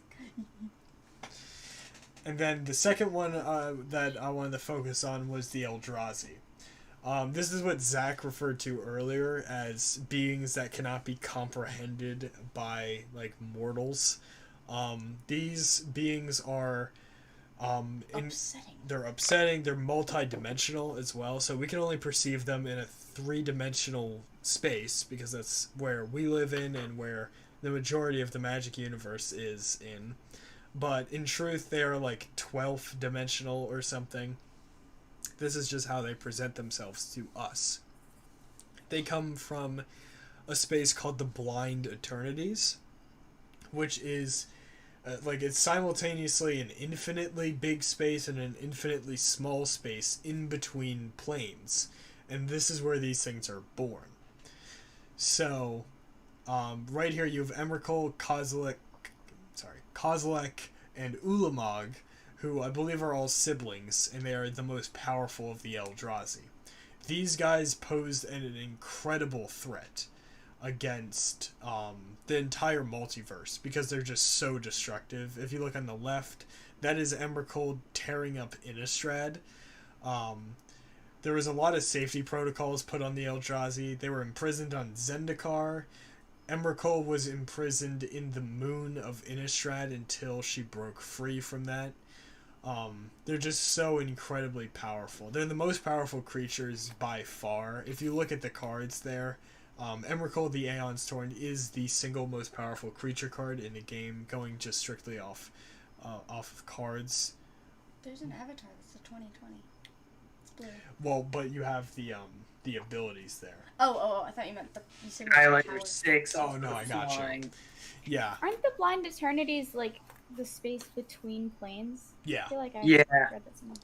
There's an interesting theory about the Eldrazi because, like, one thing about them is that their motive is kind of unclear. Mm-hmm. They know that obviously they're not supposed to be in the planes that they are in because they're supposed to stay in the Blind Eternities. But the theory is that like all 3 of them work together to kind of clean up the universe and like reset everything. Because if you see Ulamog, the Ceaseless Hunger, he's basically the Eldrazi that eats all of the planes. He just like consumes them up real good and passes them over to his bro, Kozilek, who sort of molds them. And then Emrakul uses that molded energy to like control things and basically like wipe everything out. So Age of I heard the Ultron theory vibes. that they're Yeah, that's a great theory, actually. I haven't heard that. kind That's of really cool. like the janitors of the universe. The Yeah. art on the We- Eldrazi card is definitely the most disturbing. Oh, yeah, 100%. That and Predators. Oh, yeah. So, the Eldrazi are based off of H.P. Lovecraft's works. Emrakul is basically Cthulhu. And these Lovecraftian beings do a lot of the same things that the actual Lovecraftian beings do, such as drive people insane, mutate people, cause general chaos, are, incomprehensible, all that good stuff. All that great cosmic horror. So... And they're also terrifying because if you look down to the bottom right yes. of each card, You will see fear itself. Beef. But yeah. So, most powerful creatures, you know, with their added abilities, and they pose an incredibly large threat to the entire multiverse. So a bunch of planeswalkers had to band together, including Jace, Sorin, and Nahiri, to kind of deal with these guys. But I think that's it. And the main set that these guys took place in, or one of the major sets in which they were released. I would say it actually focused much more on Emrakul than any of the other Eldrazi, was Eldritch Moon, which is my favorite Magic the Gathering set of all time. It's very nostalgic. The art is awesome. Magic art is mwah. It is. Yeah, on the left is, that's from Eldritch Moon. But, you know, great storytelling potential, and I really like that theory that they are just, like, molding the universe. And I think that's it for the Eldrazi. Click. Which brings us to final thoughts. I have a final thought. Let's hear it. Yeah. Thank you. Honestly, it's become one of my favorite games. Awesome, man. It has always been one of my favorite games. I'm really glad I can play it with you. Yeah, and it's so fun playing with you guys. Yeah. It's great. Yeah, Magic the Gathering is great. Beat into the ground. Go ahead, Camilla. One of my favorite parts about this game, which is saying something because there's a lot of them, it's really fun, is the times that I've played with, like, you two or Zach, like, or even just online on Arena. We haven't talked about Arena for 2 seconds. Magic the Gathering Arena is just an online platform where you can play Magic against people. It has a very helpful tutorial. It's free to play, by all means. Yeah. They can probably do better than we did, because this was convoluted in so many ways. But we did our best, and we got through a lot of information. We did. We did. Yeah. But one of my favorite parts is just, like, we make it our own. So we have cards that all of us will recognize. We have inside jokes now because of it. We have, like, there's, well, what's the Jehovah card? Jehovah and Jebediah and Issue and him Depression. Oh yeah, you can make great potential for inside jokes. Yeah, it's just lovely. And, like, it's not just a strategy game, because sometimes you can fully distract people and just have that be your strategy for the whole game. It's fun. It's really just, it's so fun. It's very It's a fun game. Yeah. So I want to point out a chat message that we got, although I don't fully understand it. I just feel like we're supposed to read out chat. So, Gorblanc says, "Hello, Mr. Brett. I do not know who on here Brett would be Mr. Brett, but anyway, thanks for watching, Gorblanc." Why did my brain immediately went to Tommy in it? Yeah, I have no idea. But I like Mr. Brett. Mr. Brett is the I don't name know, that one of Tommy us- in it said for one of his recurring characters. That's why it came to my mind. I hate you. Do I look like him? No. No, Okay. he's too British. Oy. One of us is Mr. Brett, and we don't even know it. I bet it's me. It could be you. It could be me. It could be any of us. That's Could be any of us. Other name. One of, It is the there is an Someone imposter here. among us. Mogus? Amogus. Oh, it's like the card. Mogus. Mogus. That's a card. Yeah. In conclusion, play Magic the Gathering. What are you Yeah, doing if you honestly. are playing Magic the Gathering? In fact, you should be playing right now. Yeah, we'll release you from this prison to go play. I'm having fun. I'm having fun too. I'm glad. Yeah, this is fun. Yeah. But yeah, so I guess that is it. So thank you for all of our guests for coming. This is fun. We should just do this like off stream, just like have an internet party every once in a while. 100%. we should. Um, We should. It's But, really fun talking yeah. to you guys. Yeah. Yeah, exactly. So yeah, thank you for making it a fun Sunday evening, and thank you everyone for watching, and thank you Sebastian for being my co-host as always. As always. So with that, we will see everyone next time. Bye bye.